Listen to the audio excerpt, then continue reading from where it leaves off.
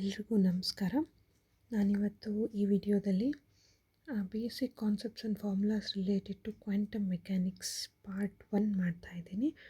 So ಈ ವಿಡಿಯೋದಲ್ಲಿ ನಾನು first quantum mechanics related previous year question solve ಮಾಡೋಕ್ಕಿಂತಲೂ ಮುಂಚೆ ಕಾನ್ಸೆಪ್ಟ್ ಏನು ಅಂತ ಕ್ವಾಂಟಮ್ ಮೆಕ್ಯಾನಿಕ್ಸ್ದು ಗೊತ್ತಿದ್ದರೆ ಆವಾಗ ನಮಗೆ ಕ್ವಾಂಟಮ್ ಮೆಕ್ಯಾನಿಕ್ಸ್ನಲ್ಲಿ ಬಂದಿರೋ ಪ್ರೀವಿಯಸ್ ಇಯರ್ ಕ್ವೆಶನ್ಸ್ ಈಸಿಯಾಗಿ ಅರ್ಥ ಆಗುತ್ತೆ ಅಂತ ಅನ್ನಿಸ್ತು. ಸೊ ಹಾಗಾಗಿ ನಾನು first basic concepts formulas quantum ಮೆಕ್ಯಾನಿಕ್ಸಿಂದ ಏನೇನು ಬರುತ್ತೆ ಅಂತ ಹೇಳಿ ಡಿಸ್ಕಸ್ ಮಾಡಿಬಿಟ್ಟು ಆಮೇಲೆ ನೆಕ್ಸ್ಟು ಇದರ ರಿಲೇಟೆಡ್ ಪ್ರೀವಿಯಸ್ ಇಯರ್ ಕ್ವೆಶನ್ಸ್ನ ಸಾಲ್ವ್ ಮಾಡೋಣ ಅಂತ ಮಾಡ್ತಾಯಿದ್ದೀನಿ. ಸೊ ಇದು ಪಾರ್ಟ್ 1. ಕ್ವಾಂಟಮ್ ಮೆಕ್ಯಾನಿಕ್ಸ್ನ ಎಲ್ಲನೂ ಕಂಪ್ಲೀಟಾಗಿ ಒಂದೇ ವಿಡಿಯೋದಲ್ಲಿ ಹೇಳೋಕ್ಕಾಗಲ್ಲ. ಸೊ ಹಾಗಾಗಿ ಇದು ಫಸ್ಟ್ ಪಾರ್ಟ್ 1ನಲ್ಲಿ ಬೇಸಿಕ್ ಅಷ್ಟೇ. ನಾನು ಅಂದರೆ ಕ್ವಾಂಟಮ್ ಮೆಕ್ಯಾನಿಕ್ಸ್ ಅನ್ನೋದು ಯಾವ ರೀತಿ ಒರಿಜಿನ್ ಆಯಿತು ಅಂತಂದೇಳಿ ಅದ್ರ ರಿಲೇಟೆಡ್ ಈ ವಿಡಿಯೋದಲ್ಲಿ ಡಿಸ್ಕಸ್ ಮಾಡಿದ್ದೀನಿ. ಸೊ ನಾವು ಫಸ್ಟೆಲ್ಲ ಓದಿದರ ಹಾಗೆ ಕ್ಲಾಸಿಕಲ್ ಮೆಕ್ಯಾನಿಕ್ಸ್ ನೆಕ್ಸ್ಟ್ ಬರೋದು quantum mechanics. So quantum mechanics ಓದಬೇಕು ಅಂದರೆ ಫಸ್ಟ್ ಕ್ಲಾಸಿಕಲ್ ಮೆಕ್ಯಾನಿಕ್ಸ್ ಬಗ್ಗೆ ನೀವು ತಿಳ್ಕೊಂಡಿರಬೇಕು. ಕ್ಲಾಸಿಕಲ್ ಮೆಕ್ಯಾನಿಕ್ಸ್ ಕಂಪ್ಲೀಟ್ ಮಾಡಿದಾಗ ಕ್ವಾಂಟಮ್ ಮೆಕ್ಯಾನಿಕ್ಸು ಈಸಿ ಆಗುತ್ತೆ. ಸೊ ಯೂಶ್ವಲಿ ಕ್ವಾಂಟಮ್ ಮೆಕ್ಯಾನಿಕ್ಸ್ ಯಾಕೆ ಡಿಫಿಕಲ್ಟ್ ಅನಿಸುತ್ತೆ ಅಂತಾದರೆ ಡೈರೆಕ್ಟಾಗಿ ನಾವು ಕ್ವಾಂಟಮ್ ಮೆಕ್ಯಾನಿಕ್ಸ್ಗೆ ಅಪ್ರೋಚ್ ಮಾಡಿದಾಗ ನಮಗೆ ಡಿಫಿಕಲ್ಟ್ ಅನಿಸುತ್ತೆ.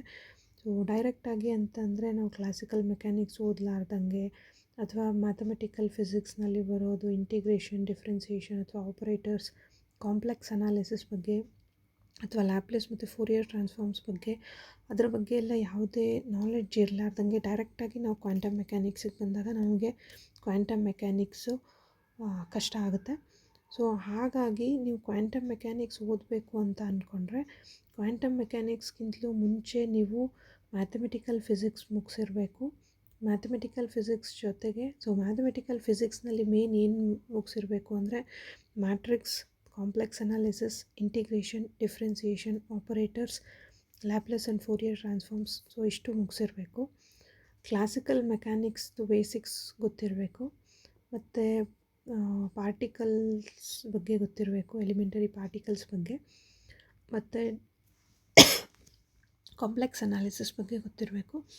ಸೊ ಇಷ್ಟು ಕಾನ್ಸೆಪ್ಟ್ಸು ತಿಳ್ಕೊಂಡು ಆಮೇಲೆ ಕ್ವಾಂಟಮ್ ಮೆಕ್ಯಾನಿಕ್ಸ್ ಓದಿದರೆ ಕ್ವಾಂಟಮ್ ಮೆಕ್ಯಾನಿಕ್ಸ್ ಇನ್ನೂ ಈಸಿಯಾಗಿ ಅರ್ಥ ಆಗುತ್ತೆ ಅಂತ ನನ್ನ ಸ್ವಂತ ಎಕ್ಸ್ಪೀರಿಯನ್ಸ್ ಪ್ರಕಾರ ಹೇಳ್ತಾ ಇದ್ದೀನಿ. ಸೊ ಯೂಶ್ವಲಿ ನಾನು KSET ಪ್ರಿಪ್ರೇಷನ್ ಮಾಡಬೇಕಾದಾಗೂ ನನಗೂ ಕ್ವಾಂಟಮ್ ಫಿಸಿಕ್ಸ್ ಅಂದರೆ ಸ್ವಲ್ಪ ಡಿಫಿಕಲ್ಟ್ ಅಂತಲೇ ಅನಿಸ್ತಾಯಿತ್ತು. ಬಟ್ ಇದೆಲ್ಲ ಬೇಸಿಕ್ ಕಾನ್ಸೆಪ್ಟ್ಸ್ನ ನಾನು ಫಸ್ಟ್ ಕವರ್ ಮಾಡ್ಕೊಂಡ್ಬಿಟ್ಟು ಆಮೇಲೆ ಕ್ವಾಂಟಮ್ ಮೆಕ್ಯಾನಿಕ್ಸ್ ಸ್ಟಾರ್ಟ್ ಮಾಡಿದಾಗ ನನಗೆ ಅದರಲ್ಲಿ ಸ್ವಲ್ಪ ಗ್ರಿಪ್ ಬರೋ ಹಾಗೆ ಅಂತ ಅನ್ನಿಸ್ತು. ಸೊ ನನ್ನ ಎಕ್ಸ್ಪೀರಿಯನ್ಸ್ನ ನಾನು ಶೇರ್ ಮಾಡ್ಕೊಂಡಿದ್ದೀನಿ. ಸೊ ಕ್ವಾಂಟಮ್ ಮೆಕ್ಯಾನಿಕ್ಸ್ನಲ್ಲಿ ಫಸ್ಟು ಬರೋ ಬೇಸಿಕ್ ಕಾನ್ಸೆಪ್ಟ್ಸು ಬಗ್ಗೆ ತಿಳ್ಕೊಳ್ಳೋಣ, ಆಮೇಲೆ ನಾವು ಕ್ವಾಂಟಮ್ ಮೆಕ್ಯಾನಿಕ್ಸ್ ರಿಲೇಟೆಡ್ಡು ನೋಡೋಣ. ಸೊ ಕ್ವಾಂಟಮ್ ಮೆಕ್ಯಾನಿಕ್ಸ್ಗೆ ಕ್ಲಾಸಿಕಲ್ ಮೆಕ್ಯಾನಿಕ್ಸ್ಗೆ ಒಂದು ಡಿಫ್ರೆನ್ಸ್ ಹೇಳ್ಬಿಡ್ತೀನಿ. ಸೊ ಕ್ಲಾಸಿಕಲ್ ಮೆಕ್ಯಾನಿಕ್ಸ್ ಅಂದರೆ ಸಪೋಸ್ ನಾವು ಏನು ಸನ್ ಮಧ್ಯದಲ್ಲಿರುತ್ತೆ, ಇಲ್ಲಿ earth will be revolving around the sun in its own orbit. So ಈ ರೀತಿ ಇರೋದು ಏನು ಕ್ಲಾಸಿಕಲ್ ಮೆಕ್ಯಾನಿಕ್ಸ್. ಈಗ ಕ್ವಾಂಟಮ್ ಮೆಕ್ಯಾನಿಕ್ಸ್ನಲ್ಲಿ ಏನು ಬರುತ್ತೆ ಅಂತ ನೋಡೋದಾದರೆ ಕ್ವಾಂಟಮ್ ಮೆಕ್ಯಾನಿಕ್ಸ್ನಲ್ಲಿ ಏನು ಮಧ್ಯದಲ್ಲಿ ಪ್ರೋಟಾನ್ಸ್ ಇರುತ್ತೆ. ನಾನು ಆಟಮ್ಗೆ ರಿಲೇಟ್ ಮಾಡಿ ಹೇಳ್ತಾ ಇದ್ದೀನಿ. Electrons are revolving around the nucleus. So ಈಗ ಕ್ಲಾಸಿಕಲ್ ಮೆಕ್ಯಾನಿಕ್ಸ್ನಲ್ಲಿ ಸಪೋಸ್ ಅರ್ತ್ಗೆ ನಾವು ಎನರ್ಜಿ ಕೊಟ್ಟರೆ ಅರ್ತು ಒಂದು ಆರ್ಬಿಟ್ ಬಿಟ್ಟು ಇನ್ನೊಂದು ಆರ್ಬಿಟ್ಗೆ ಟ್ರಾನ್ಸ್ಫರ್ ಆಗಲ್ಲ. ಬಟ್ ಕ್ವಾಂಟಮ್ ಮೆಕ್ಯಾನಿಕ್ಸ್ನಲ್ಲಿ electrons, when energy is given to the electrons can move from one orbital to the next orbits. So ಈ ರೀತಿ ಟ್ರಾನ್ಸ್ಫರ್ ಆಗೋದನ್ನು ನಾವು ಸ್ಟಡಿ ಮಾಡೋದು ಕ್ವಾಂಟಮ್ ಮೆಕ್ಯಾನಿಕ್ಸ್ನಲ್ಲಿ. ಇನ್ನೊಂದು ಹೇಳಬೇಕು ಅಂದರೆ ಕ್ಲಾಸಿಕಲ್ ಮೆಕ್ಯಾನಿಕ್ಸ್ನಲ್ಲಿ ನಮಗೆ ನ್ಯೂಟನ್ಸ್ ಲಾಸ್ ಆಫ್ ಮೋಷನ್ ಓದಿದ್ವಿ. So Newton's laws of motion can be applied only for heavy objects like sun, earth, planets. ಆ ಥರ ಹೆವಿ ಆಬ್ಜೆಕ್ಟ್ಸ್ಗೆ ನಾವು ಅಂದರೆ ದೊಡ್ಡ ಆಬ್ಜೆಕ್ಟ್ಸ್ಗೆ ನಾವು ಏನು ಕ್ಲಾಸಿಕಲ್ ಮೆಕ್ಯಾನಿಕ್ಸ್ನಲ್ಲಿ ಸ್ಟಡಿ ಮಾಡ್ಬೋದು. ಆದರೆ when it comes to the elementary particles ಅಂದರೆ ಚಿಕ್ಕ ಪಾರ್ಟಿಕಲ್ಸ್ಗೆ ಬಂದಾಗ ಲೈಕ್ ಎಲೆಕ್ಟ್ರಾನ್ಸ್, ಪ್ರೋಟಾನ್ಸ್, ನ್ಯೂಟ್ರಾನ್ಸ್ ಆ ಥರ ಬಂದಾಗ ನಾವು ಅಲ್ಲಿ ಏನು ನ್ಯೂಟನ್ಸ್ ಲಾಸ್ ಆಫ್ ಮೋಷನ್ನ ಅಪ್ಲೈ ಮಾಡೋಕ್ಕಾಗಲ್ಲ. ಸೊ ಆವಾಗ Newton's laws of motion apply ಮಾಡೋಕ್ಕಾಗಲ್ಲ ಅಂದರೆ ಅವಾಗ ಏನಾಗುತ್ತೆ, ಕ್ಲಾಸಿಕಲ್ ಮೆಕ್ಯಾನಿಕ್ಸ್ ಫೇಲ್ ಆಗುತ್ತೆ. So when classical mechanics fails then it gives rise to the next topic. So that is quantum mechanics ಅಂತ ಹೇಳ್ತೀವಿ. ಸೊ ಕ್ವಾಂಟಮ್ ಮೆಕ್ಯಾನಿಕ್ಸ್ನಲ್ಲಿ ಅಂದರೆ ಕ್ವಾಂಟಮ್ ಮೈಕ್ರೋ ಪಾರ್ಟಿಕಲ್ಸ್ ಬಗ್ಗೆ ನಾವಿಲ್ಲಿ ಸ್ಟಡಿ ಮಾಡ್ತೀವಿ. ಸೊ ಹೌ ದೆ ಬಿಹೇವ್ಸ್ ಅಂತಂದೇಳಿ study ಮಾಡೋದಕ್ಕೆ ನಾವು ಏನು ಕ್ವಾಂಟಮ್ ಮೆಕ್ಯಾನಿಕ್ಸ್ ಅಂತ ಕರಿತೀವಿ. ಸೊ ಇದು ಜಸ್ಟು ಕ್ವಾಂಟಮ್ಗೂ ಕ್ಲಾಸಿಕಲ್ಗೂ ಇರೋ ಡಿಫ್ರೆನ್ಸ್ ಅರ್ಥ ಮಾಡಿಸೋದಕ್ಕೆ ಹೇಳಿದೆ ಇದನ್ನು. Then next one, quantum mechanics replaces the classical mechanics. So quantum mechanics ಏನು ಕ್ಲಾಸಿಕಲ್ ಮೆಕ್ಯಾನಿಕ್ಸ್ ಏನು ಫೇಲಿಯರ್ಸ್ ಇತ್ತು ಅದನ್ನೆಲ್ಲನೂ ರಿಪ್ಲೇಸ್ ಮಾಡಿಬಿಟ್ಟು ನಮಗೆ ನೆಕ್ಸ್ಟ್ ಕ್ವಾಂಟಮ್ ಮೆಕ್ಯಾನಿಕ್ಸ್ ಅಂತ ಬರುತ್ತೆ. ಸೊ ಇದರಲ್ಲಿ ಕ್ವಾಂಟಮ್ ಮೆಕ್ಯಾನಿಕ್ಸ್ನಲ್ಲಿ first starting black body radiations ಇದೆ. But black body radiations related to ಎಲ್ಲೂ ಕ್ವೆಶನ್ ಬಂದಿಲ್ಲ. ಸೊ ಹಾಗಾಗಿ ನಾನು ಫೋಟೋ ಎಲೆಕ್ಟ್ರಿಕ್ ಎಫೆಕ್ಟಿಂದ ಸ್ಟಾರ್ಟ್ ಮಾಡಿದ್ದೀನಿ. ಸೊ ಬ್ಲ್ಯಾಕ್ ಬಾಡಿ ರೇಡಿಯೇಷನ್ ಅಂದರೆ ಏನು, ಬ್ಲ್ಯಾಕ್ ಬಾಡಿ ಅಂದರೆ ಏನು, a body which absorbs all the radiations incident on it, ಅದನ್ನು ನಾವು ಬ್ಲ್ಯಾಕ್ ಬಾಡಿ ಅಂತ ಕರಿತೀವಿ. ಆ್ಯಂಡ್ ಇನ್ಸಿಡೆಂಟ್ ಆನ್ ಇಟ್ ಅಂದರೆ ಸಪೋಸ್ ನಾವು ಯಾವುದಾದ್ರೂ ಒಂದು ಆಬ್ಜೆಕ್ಟ್ ತೊಗೊಂಡಿದ್ದೀವಿ ಅಂದರೆ black body, perfectly black body ಅಂತ ತೊಗೊಂಡಿದ್ದೀವಿ ಅಂದರೆ ಅದು ಯಾವುದೇ ರೇಡಿಯೇಷನ್ ಅದ್ರ ಮೇಲೆ ಇನ್ಸಿಡೆಂಟ್ ಆದ್ರೂ it will absorb all the radiations and will not give back any radiation. So it will not reflect any of or transmit any of the radiation. So ಆ ರೀತಿ ಇರೋ ಆಬ್ಜೆಕ್ಟ್ನ ನಾವು ಏನಂತ ಕರಿತೀವಿ, ಪರ್ಫೆಕ್ಟ್ಲಿ ಬ್ಲ್ಯಾಕ್ ಬಾಡಿ ಅಂತ ಕರಿತೀವಿ. So perfectly black ಬಾಡಿದು condition ಏನಿರುತ್ತೆ, absorption equal to 1 ಇರುತ್ತೆ, ರಿಫ್ಲೆಕ್ಷನ್ 0 ಇರುತ್ತೆ, ಟ್ರಾನ್ಸ್ಮಿಷನ್ ಕೂಡ 0 ಇರುತ್ತೆ. ಸೊ ಯಾವುದು ಆಬ್ಜೆಕ್ಟು ಅಬ್ಸಾರ್ಪ್ಷನ್ ಕೆಪಾಸಿಟಿ 1 ಇರುತ್ತೆ ಅದನ್ನು ನಾವೇನಂತ ಕರಿತೀವಿ, ಪರ್ಫೆಕ್ಟ್ಲಿ ಬ್ಲ್ಯಾಕ್ ಬಾಡಿ ಅಂತ ಕರಿತೀವಿ. ಸೊ ಪರ್ಫೆಕ್ಟ್ಲಿ ಬ್ಲ್ಯಾಕ್ ಬಾಡಿದು ಅಬ್ಸಾರ್ಪ್ಷನ್ 1 ಇರುತ್ತೆ, ರಿಫ್ಲೆಕ್ಷನ್ ಆ್ಯಂಡ್ ಟ್ರಾನ್ಸ್ಮಿಷನ್ ಕೋಎಫಿಷಿಯೆಂಟ್ ಏನಿರುತ್ತೆ ಅದು 0 ಇರುತ್ತೆ. ಸೊ ಇದು black body radiation. And black body ರೇಡಿಯೇಷನ್ನ ಪ್ಲ್ಯಾಂಕ್ ಅನ್ನೋ ಸೈಂಟಿಸ್ಟ್, ಮ್ಯಾಕ್ಸ್ ಪ್ಲ್ಯಾಂಕ್ ಅನ್ನೋ ಸೈಂಟಿಸ್ಟು ಕೊಟ್ಟಿರೋದು. ಸೊ ಜಸ್ಟ್ ಇದ್ರ ಬಗ್ಗೆ ಗೊತ್ತಿರಲಿ ಅಂತ ಹೇಳಿದೆ. ಸೊ ಪರ್ಫೆಕ್ಟ್ಲಿ ಬ್ಲ್ಯಾಕ್ ಬಾಡಿ ಅನ್ನೋದು ಯಾವುದೂ ಇಲ್ಲ ಅಂತ ಹೇಳ್ತೀವಿ. So for example lamp black ತೊಗೋಬೋದು, ಪ್ಲ್ಯಾಟಿನಮ್ ಬ್ಲ್ಯಾಕು ಅಥವಾ ಫೆರೀಸ್ ಬ್ಲ್ಯಾಕ್ ಬಾಡಿ ಅಂತ ಒಂದು ಮಾಡ್ತಾರೆ. ಸೊ ಅದು ಪರ್ಫೆಕ್ಟ್ಲಿ ಬ್ಲ್ಯಾಕ್ ಬಾಡಿ ಅಂತ ಹೇಳ್ತೀವಿ. ಲ್ಯಾಂಪ್ ಬ್ಲ್ಯಾಕು 96% ಅಬ್ಸಾರ್ಪ್ಷನ್ ಇರುತ್ತೆ, ಅಂದರೆ ರಿಮೈನಿಂಗ್ 4% ಅದು ಎಮಿಷನ್ ಅಥವಾ ಟ್ರಾನ್ಸ್ಮಿಷನ್ ಆರ್ ರಿಫ್ಲೆಕ್ಷನ್ ಮಾಡ್ತಾ ಇರುತ್ತೆ. ಆ್ಯಂಡ್ ಪ್ಲ್ಯಾಟಿನಮ್ ಬ್ಲ್ಯಾಕ್ ತೊಗೊಂಡ್ರೆ ಅದರದ್ದು 98% ಅಬ್ಸಾರ್ಪ್ಷನ್ ಇರುತ್ತೆ. ಸೊ ಹಾಗಾಗಿ ಪರ್ಫೆಕ್ಟ್ಲಿ ಬ್ಲ್ಯಾಕ್ ಬಾಡಿ ಅನ್ನೋದಿಲ್ಲ. ಸೊ ಅದಕ್ಕೆ ಫೆರೀಸ್ ಬ್ಲ್ಯಾಕ್ ಬಾಡಿ ಅನ್ನೋದನ್ನು ಡಿಸೈನ್ ಮಾಡ್ತಾರೆ. ಸೊ ಇದು ಜಸ್ಟ್ ಬ್ಲ್ಯಾಕ್ ಬಾಡಿ ರೇಡಿಯೇಷನ್ ಬಗ್ಗೆ ಗೊತ್ತಿರಬೇಕು. So next black body radiation ಆದಮೇಲೆ ನಮಗೆ ಯಾವುದು ಬರುತ್ತೆ, photo electric effect. So photo electric ಎಫೆಕ್ಟ್ನ ಏನು ನೋಡೋದಾದರೆ ಇಲ್ಲಿ ನಾವು ಒಂದು ಇದು ತೊಗೊತೀವಿ. ಸೊ ಆ್ಯಕ್ಚುಲಿ ಇದು ಇಲ್ಲಿ ಕಟ್ ಆಗಬೇಕು, ಬಟ್ ಕಂಟಿನ್ಯೂಸ್ ಫಿಗರ್ ಬಂದಿದೆ. ಸೊ ಇನ್ಸಿಡೆಂಟ್ ರೇಡಿಯೇಷನ್, ಇಲ್ಲಿ ಒಂದು ಮೆಟಲ್ ಪ್ಲೇಟ್ ತೊಗೊಂಡಿರ್ತೀವಿ. When incident radiation falls on that then electrons are emitted. So electrons emitted and those electrons forms the photo current ಅಂತ ಹೇಳ್ತೀವಿ. ಅಂದರೆ ಇಲ್ಲಿ ಲೈಟ್ ಇನ್ಸಿಡೆಂಟ್ ಆಗಿ ಒಂದು ಮೆಟಲ್ ಪ್ಲೇಟ್ ಮೇಲೆ ಲೈಟ್ ಬಿದ್ದಾಗ ಆ ಮೆಟಲ್ ಪ್ಲೇಟ್ನಲ್ಲಿರೋ ಎಲೆಕ್ಟ್ರಾನ್ಸು ಎಕ್ಸೈಟ್ ಆಗಿ ಏನು ಹೊರಗಡೆ ಬರುತ್ತೆ, ಆ ಹೊರಗಡೆ ಬರೋ electrons forms a current and that current we call it as photo current ಅಂತ ಕರಿತೀವಿ. So when radiation of suitable frequency falls on certain metals. So ಈ ಮೆಟಲ್ ಪ್ಲೇಟ್ ಯಾವ ತೊಗೋಬೋದು, zinc, magnesium, lithium, sodium, rubidium, caesium. So ಈ ರೀತಿ ತೊಗೊಂಡು ಅದ್ರ ಮೇಲೆ ಬಿದ್ದಾಗ, ಅಂದರೆ ಲೈಟ್ ಬಿದ್ದಾಗ ಎಲೆಕ್ಟ್ರಾನ್ಸ್ ಎಮಿಟ್ ಆಗುತ್ತೆ. ಸೊ ಎಲೆಕ್ಟ್ರಾನ್ಸ್ ಎಮಿಟ್ ಆಗೋದನ್ನು ನಾವೇನಂತ ಕರಿತೀವಿ, ಫೋಟೋ ಎಲೆಕ್ಟ್ರಾನ್ಸ್ ಅಂತ ಕರಿತೀವಿ. ಆ್ಯಂಡ್ ಈ ಟೋಟಲ್ ಎಫೆಕ್ಟ್ ಏನಂತ ಕರಿತೀವಿ, that is called as photo electric effect. The current produced by this effect we call it as photo current ಅಂತ ಕರಿತೀವಿ. ಫೋಟೋ ಕರೆಂಟ್ ಅಂದರೆ current produced due to photo electrons. So that is called as photo current. ಇದರಲ್ಲಿ photo electric ಎಫೆಕ್ಟ್ನಲ್ಲಿ ಕೆಲವೊಂದು graphs ಬರ್ತವೆ. So ಆ graphs ಬಗ್ಗೆ ತಿಳ್ಕೊಂಡಿರಬೇಕು. ಗ್ರಾಫ್ ಬಗ್ಗೆ ತಿಳ್ಕೊಳ್ಳೋಕ್ಕಿಂತಲೂ ಮುಂಚೆ ನಿಮಗೆ ಕೆಲವೊಂದು ಡೆಫಿನೇಷನ್ಸ್ ಗೊತ್ತಿರಬೇಕು. ದಟ್ ಈಸ್ ಥ್ರೆಶೋಲ್ಡ್ ಫ್ರೀಕ್ವೆನ್ಸಿ ಅಂದರೆ ಏನು, ಥ್ರೆಶೋಲ್ಡ್ ವೇವ್ ಲೆಂತ್ ಅಂದರೆ ಏನು, ಎಲೆಕ್ಟ್ರಾನ್ ವೋಲ್ಟ್ ಅಥವಾ ಸ್ಟಾಪಿಂಗ್ ಪೊಟೆನ್ಷಿಯಲ್ ಅದರದ್ದೆಲ್ಲ ಗೊತ್ತಿದ್ದರೆ ನಿಮಗೆ ಫೋಟೋ ಎಲೆಕ್ಟ್ರಿಕ್ ಎಫೆಕ್ಟ್ ಈಸಿಯಾಗಿ ಅರ್ಥ ಆಗುತ್ತೆ. ಸೊ ಥ್ರೆಶೋಲ್ಡ್ ಫ್ರೀಕ್ವೆನ್ಸಿ ಅಂದರೆ minimum frequency below which no photo electric effect takes place. So minimum frequency of incident radiation below which no photo electric effect takes place. ಅಂದರೆ ಈಗ ನಾನು ಹೇಳಿದೆ, ಈಗೊಂದು ಟ್ಯೂಬ್ ಇರುತ್ತೆ, ಈ ರೀತಿ ಇಲ್ಲಿಂದ ಇನ್ಸಿಡೆಂಟ್ ರೇಡಿಯೇಷನ್ ಬೀಳುತ್ತೆ, ಇಲ್ಲಿಂದ ಎಲೆಕ್ಟ್ರಾನ್ಸ್ ಎಮಿಟ್ ಆಗುತ್ತೆ. ಮೆಟಲ್ ಪ್ಲೇಟ್ ಮೇಲೆ ಇನ್ಸಿಡೆಂಟ್ ರೇಡಿಯೇಷನ್ ಬಿದ್ದಾಗ ಎಲೆಕ್ಟ್ರಾನ್ಸ್ ಆರ್ ಎಮಿಟೆಡ್ ಅಂತ ಹೇಳಿದೆ.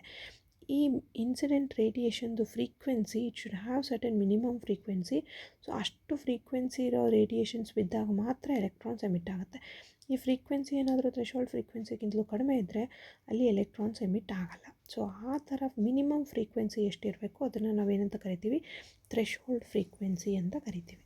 ಸೊ ಇಲ್ಲಿ ಗ್ರಾಫ್ನಲ್ಲಿ ನೋಡೋದಾದರೆ threshold frequency, so frequency versus kinetic energy graph plot ಮಾಡಿದರೆ ನ್ಯೂ ನಾಟ್ ಅನ್ನೋದು ಸ್ಟಾರ್ಟಿಂಗ್ ಏನಿದೆ ಇಷ್ಟು ಫ್ರೀಕ್ವೆನ್ಸಿವರೆಗೂ ನಮಗೆ ಯಾವುದೇ ಎಲೆಕ್ಟ್ರಾನ್ಸ್ ಎಮಿಟ್ ಆಗಲ್ಲ. So once the threshold frequency is crossed ಆವಾಗ ಏನಾಗುತ್ತೆ, frequency is directly kinetic energy is directly proportional to the frequency of that incident radiation ಅಂತ ಹೇಳ್ತೀವಿ. Then next comes the threshold wavelength. Threshold wavelength ಅಂದರೆ maximum wavelength of incident radiation above which no photoelectric effect takes place. Maximum wavelength ಅಂತ ಅಂದರೆ, so ಯಾವುದಾದ್ರೂ ಒಂದು, ಇಲ್ಲಿ ನಾನು graph plot ಮಾಡಿಲ್ಲ, ಸೊ ಒಂದು ಮ್ಯಾಕ್ಸಿಮಮ್ ವೇವ್ಲೆಂತ್ ರೀಚ್ ಆಗೋವರೆಗೂ ಮಾತ್ರ ನಮಗೆ ಫೋಟೋ ಎಲೆಕ್ಟ್ರಿಕ್ ಎಫೆಕ್ಟು ಆಗುತ್ತೆ. So once the maximum wavelength is reached then the photo electric effect cannot be observed. So wavelength ಅಂತ ತಗೊಂಡ್ರೆ, ಈಗ ಸಪೋಸ್ ನಾನು ಇನ್ಸಿಡೆಂಟ್ ಲೈಟ್ ಅಂತ ಬರೆದೆ, ಈ ಇನ್ಸಿಡೆಂಟ್ ಲೈಟ್ದು ವೇವ್ಲೆಂತ್ ಇರುತ್ತೆ. ಸೊ ಪರ್ಟಿಕ್ಯುಲರ್ ವೇವ್ಲೆಂತ್ದು ಲೈಟ್ ಇನ್ಸಿಡೆಂಟ್ ಆದಾಗ ಮಾತ್ರ ಏನು electrons are emitted. So up to certain maximum value. So ಆ ಮ್ಯಾಕ್ಸಿಮಮ್ ವ್ಯಾಲ್ಯೂ ಕ್ರಾಸ್ ಆಯಿತು ಅಂದರೆ ಏನಾಗುತ್ತೆ, ಅಲ್ಲಿ ಫೋಟೋ ಎಲೆಕ್ಟ್ರಿಕ್ ಎಫೆಕ್ಟ್ ಆಗಲ್ಲ. ಸೊ ಅದನ್ನು ನಾವೇನಂತ ಕರಿತೀವಿ, ಥ್ರೆಶೋಲ್ಡ್ ವೇವ್ಲೆಂತ್ ಅಂತ ಕರಿತೀವಿ. ಇಲ್ಲಿ ವರ್ಡ್ಸ್ ನೆನಪಿಟ್ಕೊಂಡಿರಬೇಕು. ಥ್ರೆಶೋಲ್ಡ್ ಫ್ರೀಕ್ವೆನ್ಸಿಗೆ minimum frequency of incident radiation, threshold ವೇವ್ಲೆಂತ್ಗೆ maximum wavelength of the incident radiation ಅಂತಂದೇಳಿ ಇದೆ. ದೆನ್ ನೆಕ್ಸ್ಟ್ ಇನ್ನೊಂದೇನು, electron volt. So electron volt ಅಂದರೆ ಏನು, energy acquired by electron when accelerated by a potential difference of 1 volt. So 1 volt potential difference apply ಮಾಡಿದಾಗ electron ಎಷ್ಟು travel ಮಾಡುತ್ತೆ, with what energy it is travelling, ಅದನ್ನು energy acquired by electron ಅಂತ ಕರಿತೀವಿ. So that is given by electron volt. And 1 electron volt is equals to 1.6 × 10⁻⁻19 joules. So ಇದು ಏನು unit ಅಂತ ಹೇಳ್ತೀವಿ. ಎಲೆಕ್ಟ್ರಾನ್ ವೋಲ್ಟ್ ಆಯಿತು. ಈಗ ನೆಕ್ಸ್ಟ್ ಒನ್ ಬರೋದೇನು, stopping potential. So stopping potential ಅಂದರೆ ಏನು, minimum negative potential given to the anode at which no photo electric current become zero. So ಈಗ ಈ ಗ್ರಾಫ್ನಲ್ಲಿ ನೋಡ್ಬೋದು, ಪೊಟೆನ್ಷಿಯಲ್ ಇದೆ, ಯಾವಾಗ ಪೊಟೆನ್ಷಿಯಲ್ ನೆಗೆಟಿವ್ ಆಗುತ್ತೆ ಆವಾಗ ಏನಾಗುತ್ತೆ, ಕರೆಂಟ್ ವ್ಯಾಲ್ಯೂ ಏನು ಝೀರೋ ಆಗುತ್ತೆ. So the potential at which the current become zero, so that is called as stopping potential ಅಂತ ಕರಿತೀವಿ. ಈಗ ಫೋಟೋ ಎಲೆಕ್ಟ್ರಿಕ್ ಕರೆಂಟ್ ಏನಿದೆ directly proportional to the intensity of incident radiation. So ಇದು first ಗ್ರಾಫ್ಗೆ ಏನು, photo electric current is taken along y axis, intensity is taken along x axis, and from this graph we can understand that photoelectric current is directly proportional to the incident radiation. So directly proportional ಇದೆ ಅಂದರೆ intensity ಹೆಂಗೆ ಜಾಸ್ತಿ ಆಗ್ತಾ ಹೋಗ್ತದೆ, photo electric current ಕೂಡ ಜಾಸ್ತಿ ಆಗ್ತಾ ಹೋಗುತ್ತೆ. Then relation between kinetic energy and frequency ಅಂದರೆ, ಅಬೋವ್ ಥ್ರೆಶೋಲ್ಡ್ ಫ್ರೀಕ್ವೆನ್ಸಿ ಏನು kinetic energy of the electron is directly proportional to the frequency of the incident radiation ಅಂತ ಹೇಳ್ತೀವಿ. ಸೊ ಅದು ಏನು second. Above threshold frequency the maximum kinetic energy of the photo electrons is directly proportional to the frequency of incident radiation ಅಂತ ಹೇಳ್ತೀವಿ. Then next saturation current ಅಂದರೆ maximum value of photo electric current for fixed frequency and fixed intensity of radiation. So ಇದನ್ನಲ್ಲಿ ಈ ಗ್ರಾಫ್ನಲ್ಲಿ ನೋಡ್ಬೋದು. So ಇಲ್ಲಿ ಏನಾಗುತ್ತೆ, frequency potential difference apply ಮಾಡಿದಂಗೆ ಕರೆಂಟ್ ಇನ್ಕ್ರೀಸ್ ಆಗ್ತಾ ಹೋಗಿ ಒಂದು ಪರ್ಟಿಕ್ಯುಲರ್ ಸ್ಟೇಜ್ಗೆ ಕಾನ್ಸ್ಟೆಂಟ್ ಆಗುತ್ತೆ. ಇಲ್ಲಿ ಕೂಡ ಇನ್ಕ್ರೀಸ್ ಆಗ್ತಾ ಹೋಗಿ ಒಂದು ಪರ್ಟಿಕ್ಯುಲರ್ ಸ್ಟೇಜ್ಗೆ ಕಾನ್ಸ್ಟೆಂಟ್ ಆಗುತ್ತೆ. ಸೊ ಎಲ್ಲಿ ಕರೆಂಟ್ ಕಾನ್ಸ್ಟೆಂಟ್ ಆಗಿರುತ್ತೆ ಆ ಕರೆಂಟ್ನ ನಾವೇನಂತ ಕರಿತೀವಿ, ಆ ಪೊಟೆನ್ಷಿಯಲ್ನ ಅಂದರೆ ಈ ಪೊಟೆನ್ಷಿಯಲ್ನ ನಾವೇನಂತ ಕರಿತೀವಿ, this current is called as saturation current. ಅಂದರೆ ಇಲ್ಲಿ ಕಾನ್ಸ್ಟೆಂಟ್ ಕರೆಂಟ್ ಪ್ರೊಡ್ಯೂಸ್ ಆಗುತ್ತೆ. ಸೊ ಆ ಕಾನ್ಸ್ಟೆಂಟ್ ಕರೆಂಟ್ನ ನಾವೇನಂತ ಕರಿತೀವಿ, ಸ್ಯಾಚುರೇಷನ್ ಕರೆಂಟ್ ಅಂತ ಕರಿತೀವಿ. ದೆನ್ ನೆಕ್ಸ್ಟ್ ಒನ್ ಏನು, photo electric current just become zero at a particular voltage called as stopping potential. So ಇಲ್ಲಿ ನೋಡೋದಾದರೆ ಫೋಟೋ ಎಲೆಕ್ಟ್ರಿಕ್ ಕರೆಂಟ್ ಏನಿರುತ್ತೆ ಅದು ಝೀರೋ ಆಗುತ್ತೆ to one particular value, and that potential we call it as stopping potential. ಅಂದರೆ stopping potential ಅಂದರೆ the potential at which the photo electric current becomes zero. So ಅದನ್ನು ನಾವು stopping potential ಅಂತ ಕರಿತೀವಿ. Then next comes stopping potential is same for all intensities of same radiation. So ಇಲ್ಲಿ ಗ್ರಾಫ್ನಲ್ಲಿ ನೋಡೋದಾದರೆ ಇದು ಈ ಗ್ರಾಫ್ನಲ್ಲಿ potential is taken along X axis, current is taken along Y axis. So ಇಲ್ಲಿ ಸ್ಯಾಚುರೇಷನ್ ಕರೆಂಟ್ ಇದೆ, ಪೊಟೆನ್ಷಿಯಲ್ ಡಿಕ್ರೀಸ್ ಮಾಡಿದ್ರೆ zero ಪೊಟೆನ್ಷಿಯಲ್ಗೆ ಕರೆಂಟ್ ಝೀರೋ ಆಗುತ್ತೆ, ಸಾರಿ ನೆಗೆಟಿವ್ ಪೊಟೆನ್ಷಿಯಲ್ಗೆ ಕರೆಂಟ್ ಝೀರೋ ಆಗುತ್ತೆ. Again for increased intensity, high intensity ಬಂದರೆ ಅಗೇನ್ ಇಟ್ ಈಸ್ ಸ್ಟಾಪಿಂಗ್ ಪೊಟೆನ್ಷಿಯಲಿ same V0 ಅಂತ ಬರಿತೀವಿ. ಅಂದರೆ ಇಲ್ಲಿ ಏನು same radiation same frequency same ಇದ್ದು ನಾವು ಪೊಟೆನ್ಷಿಯಲ್ ಅಪ್ಲೈ ಮಾಡಿದ್ರೆ ಆವಾಗ ನಮಗೇನು ಬರುತ್ತೆ, ಸ್ಟಾಪಿಂಗ್ ಪೊಟೆನ್ಷಿಯಲ್ ಕಾನ್ಸ್ಟೆಂಟಾಗಿ ಸೇಮ್ ಬರುತ್ತೆ. So whether it is high intensity or low intensity frequency same ಇದೆ ಅಂತ ಅಂದರೆ ಅದರದ್ದು ಸ್ಟಾಪಿಂಗ್ ಪೊಟೆನ್ಷಿಯಲ್ ಸೇಮ್ ಇರುತ್ತೆ. ಸಪೋಸ್ ಫ್ರೀಕ್ವೆನ್ಸಿ ಬೇರೆ ಇತ್ತು, stopping potential increases with increase in frequency of incident radiation. ಈ ಗ್ರಾಫ್ನಲ್ಲಿ ನೋಡ್ಕೊಳ್ಳೋದಾದರೆ ಇಲ್ಲೇನಿದೆ, ಈ ಗ್ರಾಫ್ನಲ್ಲಿ ಇಲ್ಲಿ ಫೋಟೋ ಎಲೆಕ್ಟ್ರಿಕ್ ಕರೆಂಟ್ ತೊಗೊಂಡಿದ್ದೀವಿ ವೈ ಆ್ಯಕ್ಸಿಸ್ ಮೇಲೆ, ಎಕ್ಸ್ ಆ್ಯಕ್ಸಿಸ್ ಮೇಲೆ ಪೊಟೆನ್ಷಿಯಲ್ ತೊಗೊಂಡಿದ್ದೀವಿ ಅಪ್ಲೈಡ್ ವೋಲ್ಟೇಜ್. ಸೊ ಇಲ್ಲಿ ಒಂದರದ್ದು ಫ್ರೀಕ್ವೆನ್ಸಿ ಕಡಿಮೆ ಇದೆ, ಇನ್ನೊಂದರದ್ದು ಫ್ರೀಕ್ವೆನ್ಸಿ ಜಾಸ್ತಿ ಇದೆ. So μ2 is greater than μ1. So ಇದರಿಂದ ನಾವು ಏನು ಅರ್ಥ ಮಾಡ್ಕೊತೀವಿ, stopping potential increases with increase in frequency of incident radiation.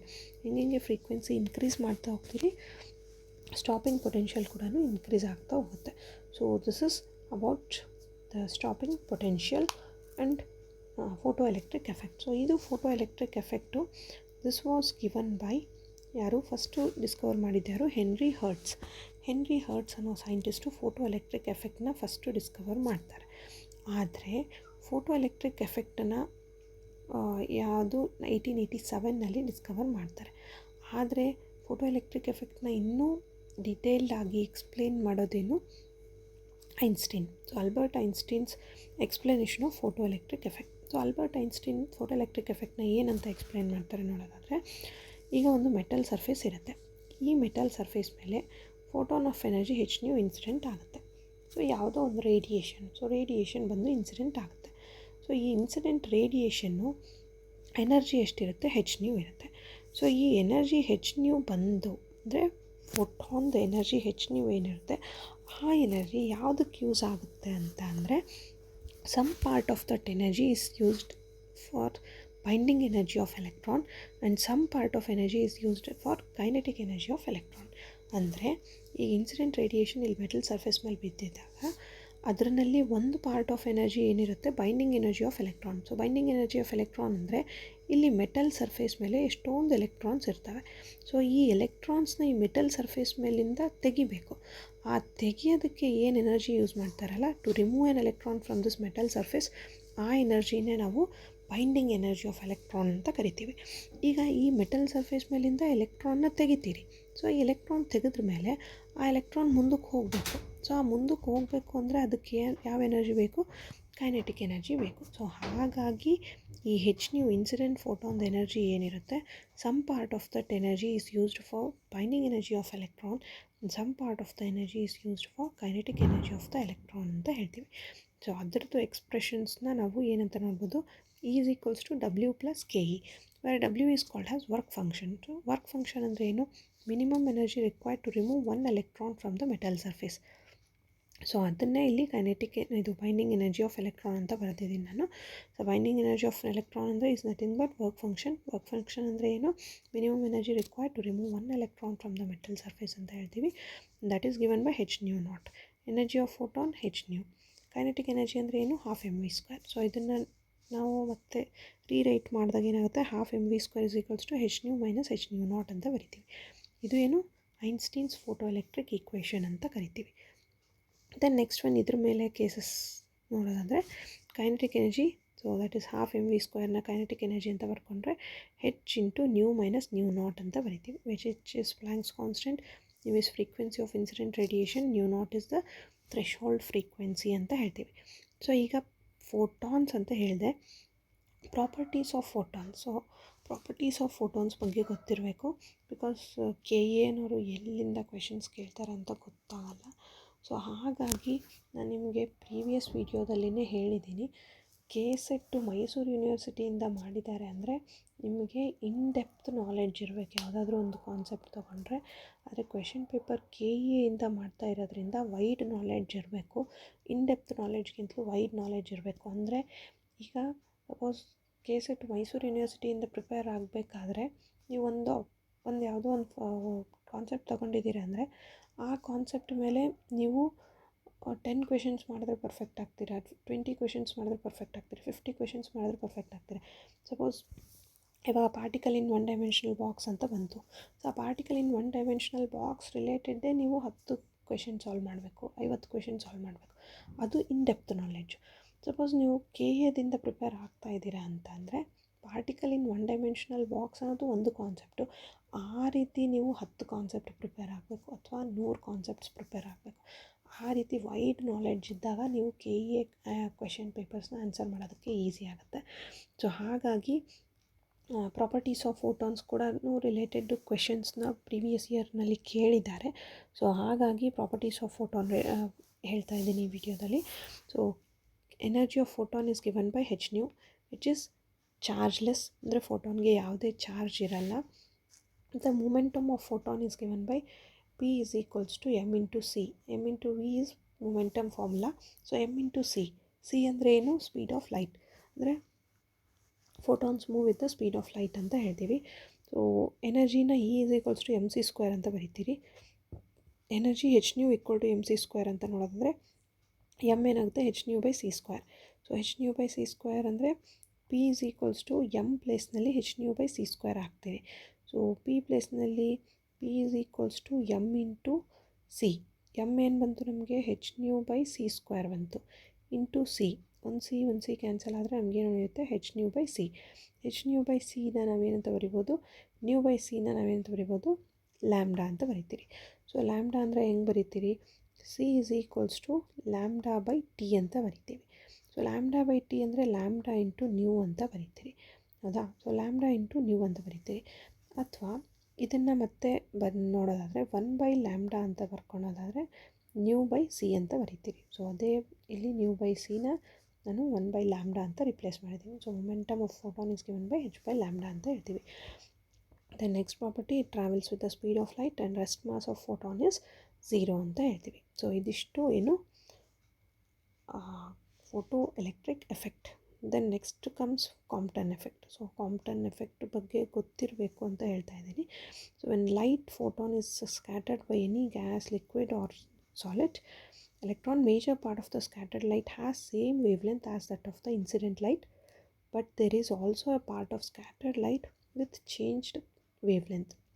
ಅಂದರೆ ಈಗ ಎಕ್ಸ್ರೇ ಸೋರ್ಸಿಂದ ಒಂದು ಫೋಟಾನ್ ಬರ್ತಾ ಇರುತ್ತೆ, ಇಲ್ಲಿ ಕಾರ್ಬನ್ ಟಾರ್ಗೆಟ್ ಇರುತ್ತೆ, ಇದರಲ್ಲಿ ಎಲೆಕ್ಟ್ರಾನ್ಸ್ ಇರುತ್ತೆ. ಸೊ ಈ ಫೋಟಾನ್ ಬಂದ್ಬಿಟ್ಟು ಈ ಎಲೆಕ್ಟ್ರಾನ್ಸ್ ಜೊತೆ ಕೊಲೈಡ್ ಆಗುತ್ತೆ.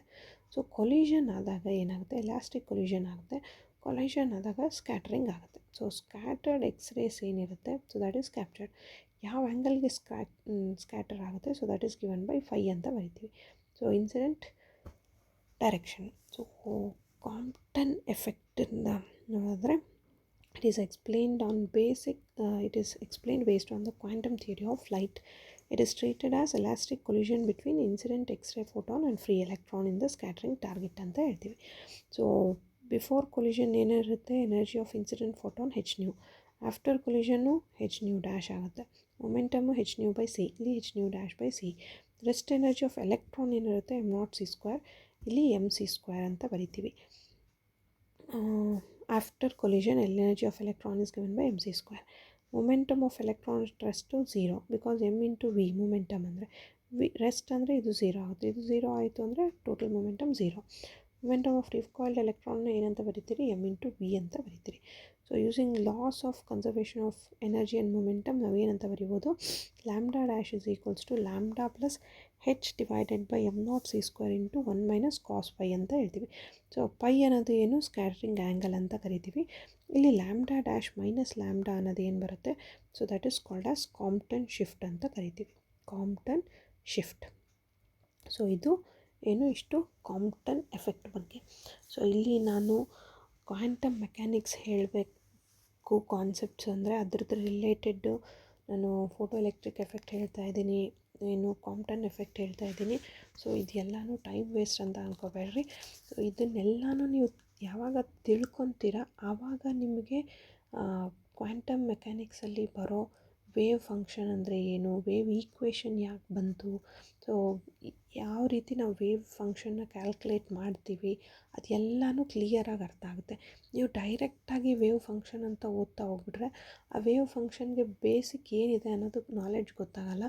ಸೊ ಆವಾಗ ನಮಗೆ ಕ್ವಾಂಟಮ್ ಮೆಕ್ಯಾನಿಕ್ಸ್ ಡಿಫಿಕಲ್ಟ್ ಆಗುತ್ತೆ. ಸೊ ಅದಕ್ಕೆ before going to the Schrodinger wave equation ಆಗಿರ್ಬೋದು, time dependent, time independent wave equations ಅಥವಾ ಪಾರ್ಟಿಕಲ್ ಇನ್ ಬಾಕ್ಸ್, ಅದನ್ನೆಲ್ಲನೂ ಓದಬೇಕು ಅಂದರೆ ಫಸ್ಟ್ ನಮಗೆ ವೇವ್ ಈಕ್ವೇಷನ್ ಅಥವಾ ವೇವ್ ಫಂಕ್ಷನ್ ಹೆಂಗೆ ಬಂತು ಅಂತ ಗೊತ್ತಾಗಬೇಕು. ವೇವ್ ಫಂಕ್ಷನ್ ಹೆಂಗೆ ಬಂತು ಅಂತ ಗೊತ್ತಾಗಬೇಕಂದ್ರೆ ಫಸ್ಟ್ ಯಾಕೆ ಬಂತು ಅಂತ ಗೊತ್ತಾಗಬೇಕು. ಸೊ ಯಾಕೆ ಬಂತು ಅಂತ ಗೊತ್ತಾಗಬೇಕಂದ್ರೆ ನಮಗೆ first photo electric effect, quantum effect, uncertainty principle, so ಇದೆಲ್ಲದ್ರೂ ಬೇಸಿಕ್ಸ್ ಗೊತ್ತಿದ್ದಾಗ ಅದರಿಂದ ನಾವು ವೇವ್ ಫಂಕ್ಷನ್ಗೆ ಅಪ್ರೋಚ್ ಮಾಡೋದಕ್ಕೆ ಈಸಿ ಆಗುತ್ತೆ. ಸೊ ಇಲ್ಲಿ ಲ್ಯಾಂಬ್ಡಾ ಡ್ಯಾಶ್ ಮೈನಸ್ ಲ್ಯಾಂಬ್ಡಾ ಅಂತ ಅಂದರೆ ನಮ್ಗೆ ಇದೇನು ಬರುತ್ತೆ, h/m0c² ಇಂಟು 1 - cos π. ಸೊ ಇದು ಕಾಂಪ್ಟನ್ ಶಿಫ್ಟ್ ಅಂತ ಕರಿತೀವಿ. ಸೊ ಇದಿಷ್ಟು ಕಾಂಪ್ಟನ್ ಎಫೆಕ್ಟ್ ಬಗ್ಗೆ ಬೇಸಿಕ್ ನಾಲೆಡ್ಜ್ ಗೊತ್ತಿರಬೇಕು. Then next comes the de Broglie hypothesis. So de Broglie ಅಂತಲೂ ಕರೀತಾರೆ, ಡಿ ಬ್ರಾಯ್ ಅಂತಲೂ ಕರೀತಾರೆ. So de Broglie hypothesis. So de Broglie hypothesis ಏನು ಹೇಳುತ್ತೆ ಅಂದರೆ, ಸಪೋಸ್ ರೇಡಿಯೇಷನ್ನ ತಗೊಂಡಾಗ ರೇಡಿಯೇಷನ್ಗೆ ಏನಿರುತ್ತೆ, radiation is having the dual nature ಅಂತ ಹೇಳ್ತೀವಿ. ಅಂದರೆ ಅದಕ್ಕೆ ಪಾರ್ಟಿಕಲ್ ನೇಚರು ಇರುತ್ತೆ ಪ್ಲಸ್ ವೇವ್ ನೇಚರು ಇರುತ್ತೆ ಅಂತ ಹೇಳ್ತೀವಿ. ಪಾರ್ಟಿಕಲ್ ನೇಚರು ವೇವ್ ನೇಚರು ಎರಡೂ ಇರುತ್ತೆ ರೇಡಿಯೇಷನ್ಗೆ. ಅಂದರೆ ರೇಡಿಯೇಷನ್ ಜೊತೆಗೆ ಇರೋದೇನು ಇನ್ನೊಂದು ಮ್ಯಾಟರ್. ಸೊ ರೇಡಿಯೇಷನ್ಗೆ ಡ್ಯುಯಲ್ ನೇಚರ್ ಇದೆ, ಪಾರ್ಟಿಕಲ್ ವೇವ್, ಅಂದರೆ ಮ್ಯಾಟರ್ಗೂ ಕೂಡ ಪಾರ್ಟಿಕಲ್ ನೇಚರ್ ವೇವ್ ನೇಚರ್ ಇರುತ್ತೆ ಅಂತ ಹೇಳಿದ್ದು ಯಾರು, ಡಿ ಬ್ರಾಯ್. ಸೊ ಅದನ್ನೇ ನಾವು ಡಿ ಬ್ರಾಯ್ ಹೈಪೋಥೆಸಿಸ್ ಅಂತ ಕರಿತೀವಿ. ಸೊ ಡಿ ಬ್ರಾಯ್ ಹೈಪೋಥೆಸಿಸ್ ಪ್ರಕಾರ ಏನು, ಪಾರ್ಟಿಕಲ್ ವಿಲ್ ಹ್ಯಾವ್ ರೇಡಿಯೇಷನ್ಗೆ ಪಾರ್ಟಿಕಲ್ ನೇಚರು ಇರುತ್ತೆ, ವೇವ್ ನೇಚರು ಇರುತ್ತೆ. ಅಂದರೆ ಒಂದು ಮ್ಯಾಟರ್ಗೂ ಕೂಡ ವೇವ್ ನೇಚರು ಇರುತ್ತೆ, ಪಾರ್ಟಿಕಲ್ ನೇಚರು ಇರುತ್ತೆ ಅಂತ ಹೇಳಿದ್ದು ಡಿ ಬ್ರಾಯ್ ಹೈಪೋಥೆಸಿಸ್. ಸೊ ಅದಕ್ಕೆ like radiation, matter also has dual nature according to nature manifest in 2 fundamental forms. ಅಂದರೆ ನಾವು ನೇಚರ್ನಲ್ಲಿ ಹೆಂಗೆ ನೋಡ್ತೀವಿ, ಒಂದು ಮ್ಯಾಟರ್ ಇರುತ್ತೆ, ಅಂದರೆ ಮ್ಯಾಟರ್ ಅಂದರೆ anything living and non living things. ಈಗ ನಾವು ಕೂಡ ಮ್ಯಾಟರ್ ಅಂಡರ್ನಲ್ಲಿ ಬರ್ತೀವಿ. ಇನ್ನೊಂದೇನು, ಎನರ್ಜಿ. ಸೊ ಎನರ್ಜಿ ಅಂದರೆ ಏನು, ಲೈಕ್ ಸೋಲಾರ್ ಎನರ್ಜಿ. ನಮಗೆ ಎಲ್ಲನೂ existence of life on earth, so ಎಲ್ಲದಕ್ಕೂ ಬೇಕಾಗಿರೋದು ಮೇನ್ ಏನು, ಎನರ್ಜಿ. ಸೊ ಫಂಡಮೆಂಟಲ್ ಏನಿದೆ ನೇಚರ್ನಲ್ಲಿ ಅಂದರೆ ಒಂದು ಮ್ಯಾಟರು, ಇನ್ನೊಂದು ಎನರ್ಜಿ. ಸೊ ಮ್ಯಾಟರ್ನಲ್ಲಿ ನಾವು ಕೂಡ ಇನ್ಕ್ಲೂಡ್ ಆಗ್ತೀವಿ. ನಮ್ಮನ್ನು ಏನು ಒಂದು ಫಾರ್ಮಿಂದ ಇನ್ನೊಂದು, ಅಂದರೆ ಒಂದು ಸ್ಟೇಜಿಂದ ಇನ್ನೊಂದು ಸ್ಟೇಜ್ಗೆ ಕರ್ಕೊಂಡು ಹೋಗೋದೇನಿದೆ ಅದನ್ನು ಎನರ್ಜಿ ಅಂತ ಕರಿತೀವಿ. ಸೊ ಫಿಸಿಕ್ಸ್ ಅಂದ್ರೇ study of nature and natural phenomena ಅಂತ ಕರಿತೀವಿ. ಸೊ ಹಾಗಾಗಿ ನೇಚರ್ನಿಂದನೇ ಅಬ್ಸರ್ವ್ ಮಾಡ್ಕೊಂಬಿಟ್ಟು ಏನು ಹೇಳ್ತಾರೆ, if radiant energy shows dual nature then out of the symmetry considerations matter also should exhibit dual nature. ಅಂದರೆ ರೇಡಿಯಂಟ್ ಎನರ್ಜಿಗೆ ರೇಡಿಯೇಷನ್ಸ್ಗೆ ಏನು ಪಾರ್ಟಿಕಲ್ ನೇಚರು ಇದೆ, ವೇವ್ ನೇಚರು ಇದೆ. ಅಂದರೆ matter should also exhibit dual nature. ಅಂದರೆ ಮ್ಯಾಟ್ರಿಗೂ ಕೂಡ ಪಾರ್ಟಿಕಲ್ ನೇಚರು ಇರಬೇಕು ಪ್ಲಸ್ ವೇವ್ ನೇಚರ್ ಕೂಡ ಇರಬೇಕು ಅಂತ ಹೇಳ್ತಾರೆ. ಸೊ ಇದು ಏನು, ಡಿ ಬ್ರಾಯ್ ಹೈಪೋಥೆಸಿಸ್. ಸೊ ಅದರಲ್ಲಿ ಮ್ಯಾಟ್ರ್ ವೇವ್ಸ್ ಅಂತ ಬರುತ್ತೆ. ಸೊ ಮ್ಯಾಟ್ರ್ ವೇವ್ಸ್ ಅಂದರೆ ಏನು, waves associated with moving particles. So moving material particles ಜೊತೆ ಏನು ವೇವ್ಸ್ ಇರುತ್ತೆ ಅದನ್ನು ನಾವು ಮ್ಯಾಟರ್ ವೇವ್ಸ್ ಅಂತ ಕರಿತೀವಿ. So wavelength of a photon is given by lambda is equals to h/p. So h/p ಹೆಂಗೆ ಬರುತ್ತೆ ಅಂದರೆ, ನಮಗೆ ಎನರ್ಜಿ ಏನು ಗೊತ್ತು, E is equals to h nu ಅಂತ ಗೊತ್ತು. ಅಂದರೆ ನಾವು ಇನ್ನೊಂದು ಏನು ಬರಿತೀವಿ, mc² ಅಂತ ಬರಿತೀವಿ, that is given by Einstein. ಈಗ ಇದರಿಂದ ಎಮ್ ಏನಂತ ಬರಿಬೋದು, m is equals to h nu/c² ಅಂತ ಬರೀತೀರಿ, h nu/c². ಈಗ ಮೊಮೆಂಟಮ್ ಏನು ಬರೀತೀರಿ, p is equals to m into v ಅಥವಾ ಸಿ ಅಂತ ಬರೀತೀರಿ. ಸೊ m ಇಂಟು ಸಿ ಪ್ಲೇಸ್ನಲ್ಲಿ ನಾವು ಏನಂತ ಬರಿಬೋದು, p is equals to m ಪ್ಲೇಸ್ನಲ್ಲಿ ನಾನು ಏನಂತ ಬರಿತೀನಿ, h nu/c² ಅಂತ ಬರಿತೀನಿ ಇಂಟು ಸಿ. ಇದರಲ್ಲಿ ಏನಾಗುತ್ತೆ, 1c ಕ್ಯಾನ್ಸಲ್ ಆಗುತ್ತೆ, ಉಳಿಯೋದೇನು h nu/c ಉಳಿಯುತ್ತೆ. ಸೊ h nu/c ಉಳಿದಾಗ ನಾವು ಸಿ ಅಂದರೆ ನನಗೆ ಗೊತ್ತು, ಸಿ ಅಂದರೆ ಏನು, λ/t ಅಂತ ಹೇಳಿದೆ. λ/t ಅಂದರೆ ಲ್ಯಾಂಬ್ಡಾ ಇಂಟು ನ್ಯೂ ಅಂತ ಬರಿತೀರಿ. ಸೊ ಲ್ಯಾಂಬ್ಡಾ ಇಂಟು ನ್ಯೂ ಅಂದರೆ ಇದನ್ನೇನಾಗುತ್ತೆ, h nu ಡಿವೈಡೆಡ್ ಬೈ ಏನು, ಲ್ಯಾಂಬ್ಡಾ ಇಂಟು ನ್ಯೂ ಆಗುತ್ತೆ. ಸೊ ಲ್ಯಾಂಬ್ಡಾ ಇಂಟು ನ್ಯೂ ಅಂದರೆ ನ್ಯೂ ಕ್ಯಾನ್ಸಲ್ ಆದರೆ ನಮಗೇನು ಬಂತು, h/λ. ಅಂದರೆ p is equals to h/λ ಬರುತ್ತೆ. So so h by lambda ಅಂತ ಬಂದಾಗ ನಮಗೆ ಬೇಕಾಗಿರೋದೇನು ವೇವ್ ಲೆಂತ್. ಸೊ ಇದನ್ನು ನಾವೇನಂತ ಬರಿಬೋದು, lambda is equals to h by p ಅಂತ ಬರಿತೀವಿ. ಸೊ ಇದು ವೇವ್ ಲೆಂತ್ ಆಫ್ ಫೋಟಾನ್ ಅಂತ ಕರಿತೀವಿ. Then next comes wavelength of an electron. So wavelength of an electron ಹೆಂಗೆ ಬಂತು ಅಂತ ನೋಡೋದಾದರೆ h is equals to lambda by p ಇದೆ. ಸೊ ನಮಗೆ ಎನರ್ಜಿ ಅಂದರೆ ಏನು ಗೊತ್ತು, ಹಾಫ್ mv² ಅಂತ ಬರಿತೀವಿ, ಹಾಫ್ mv². ಸೊ ಹಾಫ್ mv²ಗೆ ಎರಡೂ ಕಡೆ ನ್ಯೂಮರೇಟರ್ಗೆ ಡಿನಾಮಿನೇಟರ್ಗೆ ಮಲ್ಟಿಪ್ಲೈ ಮಾಡಿದ್ರೆ ನಮಗೇನು ಬರುತ್ತೆ, m²v² ಡಿವೈಡೆಡ್ ಬೈ 2m ಆಗುತ್ತೆ. So m²v² divided by 2m ಅಂದರೆ m²v²ನ ನಾವೇನಂತ ಬರಿಬೋದು, p² ಡಿವೈಡೆಡ್ ಬೈ 2m ಅಂತ ಬರೀತೀವಿ. ಸೊ ಆಗ p² ಏನಾಗುತ್ತೆ, ಕ್ರಾಸ್ ಮಲ್ಟಿಪ್ಲೈ ಮಾಡಿಕೊಂಡ್ರೆ ಇದನ್ನು 2me ಆಗುತ್ತೆ. ನಮಗೆ ಬೇಕಾಗಿರೋದು ಜಸ್ಟ್ p ಅಷ್ಟೇ. ಸೊ √2me ಅಂತ ಬರೀತೀರಿ. ಸೊ ಇದನ್ನು ತೊಗೊಂಡೋಗ್ಬಿಟ್ಟು ಈ ಇಕ್ವೇಷನಲ್ಲಿ ಹಾಕ್ತೀರಿ. ಸೊ ಈ ಇಕ್ವೇಷನಲ್ಲಿ ಹಾಕಿದಾಗ ನಮಗೆ ವೇವ್ ಲೆಂತ್ ಆಫ್ ಎಲೆಕ್ಟ್ರಾನ್ ಏನು ಬರುತ್ತೆ, lambda is equals to h divided by √2me ಬರುತ್ತೆ. ಇಲ್ಲಿ ವ್ಯಾಲ್ಯೂಸ್ ಎಲ್ಲ ಸಬ್ಸ್ಟಿಟ್ಯೂಟ್ ಮಾಡಿಕೊಂಡ್ರೆ h ಅಂದರೆ ಏನು, Planck's constant, that is given by 6.63 × 10⁻34 joule second. And ಈ ಎನರ್ಜಿನ ಏನಂತ ಬರಿಬೋದು, ಎಲೆಕ್ಟ್ರಾನ್ ವೋಲ್ಟಲ್ಲಿ ಬರಿಬೋದು. ಸೊ ಎಲೆಕ್ಟ್ರಾನ್ ವೋಲ್ಟಲ್ಲಿ ಬರೆದಾಗ ಈ ವ್ಯಾಲ್ಯೂ ಏನಾಗುತ್ತೆ, 1.6 × 10⁻19 ಕೂಲಮ್ ಆಗುತ್ತೆ. ಎಮ್ ಅಂದರೆ ಏನು, mass of electron. So mass of electron is nothing but 9.1 × 10⁻31 kg ಅಂತ ಆಗುತ್ತೆ. ಸೊ ಎಲ್ಲ ವ್ಯಾಲ್ಯೂಸ್ನ ಸಬ್ಸ್ಟಿಟ್ಯೂಟ್ ಮಾಡಿದಾಗ ನಮಗೆ ಬರೋದೇನು 12.3 divided by √v. v is the potential ಅಂತ ಹೇಳ್ತೀವಿ. So angstrom, since we are measuring wavelength, so it is written as angstrom. So ಇದಿಷ್ಟನ್ನು ನಾವೇನಂತ ಕರಿತೀವಿ, this is all about de Broglie's hypothesis ಅಂತ ಕರಿತೀವಿ. ಸೊ ಡಿ ಬ್ರಾಯ್ ಹೈಪೋಥೆಸಿಸ್ಸಿಂದ ನಮಗೇನು ಬಂತು, ವೇವ್ ಲೆಂತ್ ಬಂತು. ಸೊ ವೇವ್ ಲೆಂತು ಇದರದ್ದು ರಿಲೇಟೆಡ್ ಕ್ವೆಶನ್ನು ಪ್ರೀವಿಯಸ್ ಇಯರ್ನಲ್ಲಿ ಕೇಳಿದ್ದಾರೆ. ಸೊ ಹಾಗಾಗಿ ಇದು ಕಾನ್ಸೆಪ್ಟು ಕ್ಲಿಯರಾಗಿ ಅರ್ಥ ಮಾಡ್ಕೋಬೇಕು. ದೆನ್ ಈಗ ಇಲ್ಲಿವರೆಗೂ ನಾವು ನೋಡ್ತಾ ಬಂದಿರೋದಾದರೆ ನಮಗೇನು ಗೊತ್ತಾಯಿತು, ಫಸ್ಟು ವೇವ್ ನೇಚರ್ ಬಂತು, ವೇವ್ ನೇಚರಿಂದ ಪಾರ್ಟಿಕಲ್ ನೇಚರ್ಗೆ ನಾವು ಬಂದ್ವಿ. ಸೊ ಪಾರ್ಟಿಕಲ್ ನೇಚರಲ್ಲಿ ಅಂದರೆ ಪಾರ್ಟಿಕಲ್ಲಿ ಕೂಡ ಸೊ ಮ್ಯಾಟರ್ ವೇವ್ಸ್ ಬರುತ್ತೆ ಅಂಥೇಳಿ ನಾವು ತಿಳ್ಕೊಂಡ್ವಿ. ಈಗ ನೆಕ್ಸ್ಟ್ ಬರೋದೇನು, Heisenberg's uncertainty principle. So Heisenberg's uncertainty ಪ್ರಿನ್ಸಿಪಲ್ನ ನೋಡೋದಾದರೆ ಕ್ವಾಂಟಮ್ ಮೆಕ್ಯಾನಿಕ್ಸು ಕ್ಲಾಸಿಕಲ್ ಮೆಕ್ಯಾನಿಕ್ಸ್ದು ನೆಕ್ಸ್ಟ್ ಸ್ಟೇಜ್ ಅಂತ ಹೇಳಿದೆ. ಸೊ ಕ್ಲಾಸಿಕಲ್ ಮೆಕ್ಯಾನಿಕ್ಸ್ನಲ್ಲಿ ಏನಿದೆ, in classical mechanics Newton's laws of motion describes the motion of particle, but you cannot apply that Newton's laws of motion to quantum mechanics because quantum particles are very small and Newton's laws of motion is applicable only for macro bodies ಅಂತ ಹೇಳ್ತೀವಿ.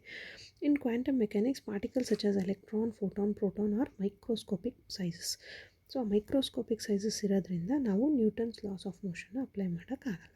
So ಹಾಗಾಗಿ ಈ Heisenberg's uncertainty principle ಏನು ಹೇಳುತ್ತೆ ಅಂದರೆ, it is not possible to measure both position and momentum of an electron or any other particle at the same time exactly.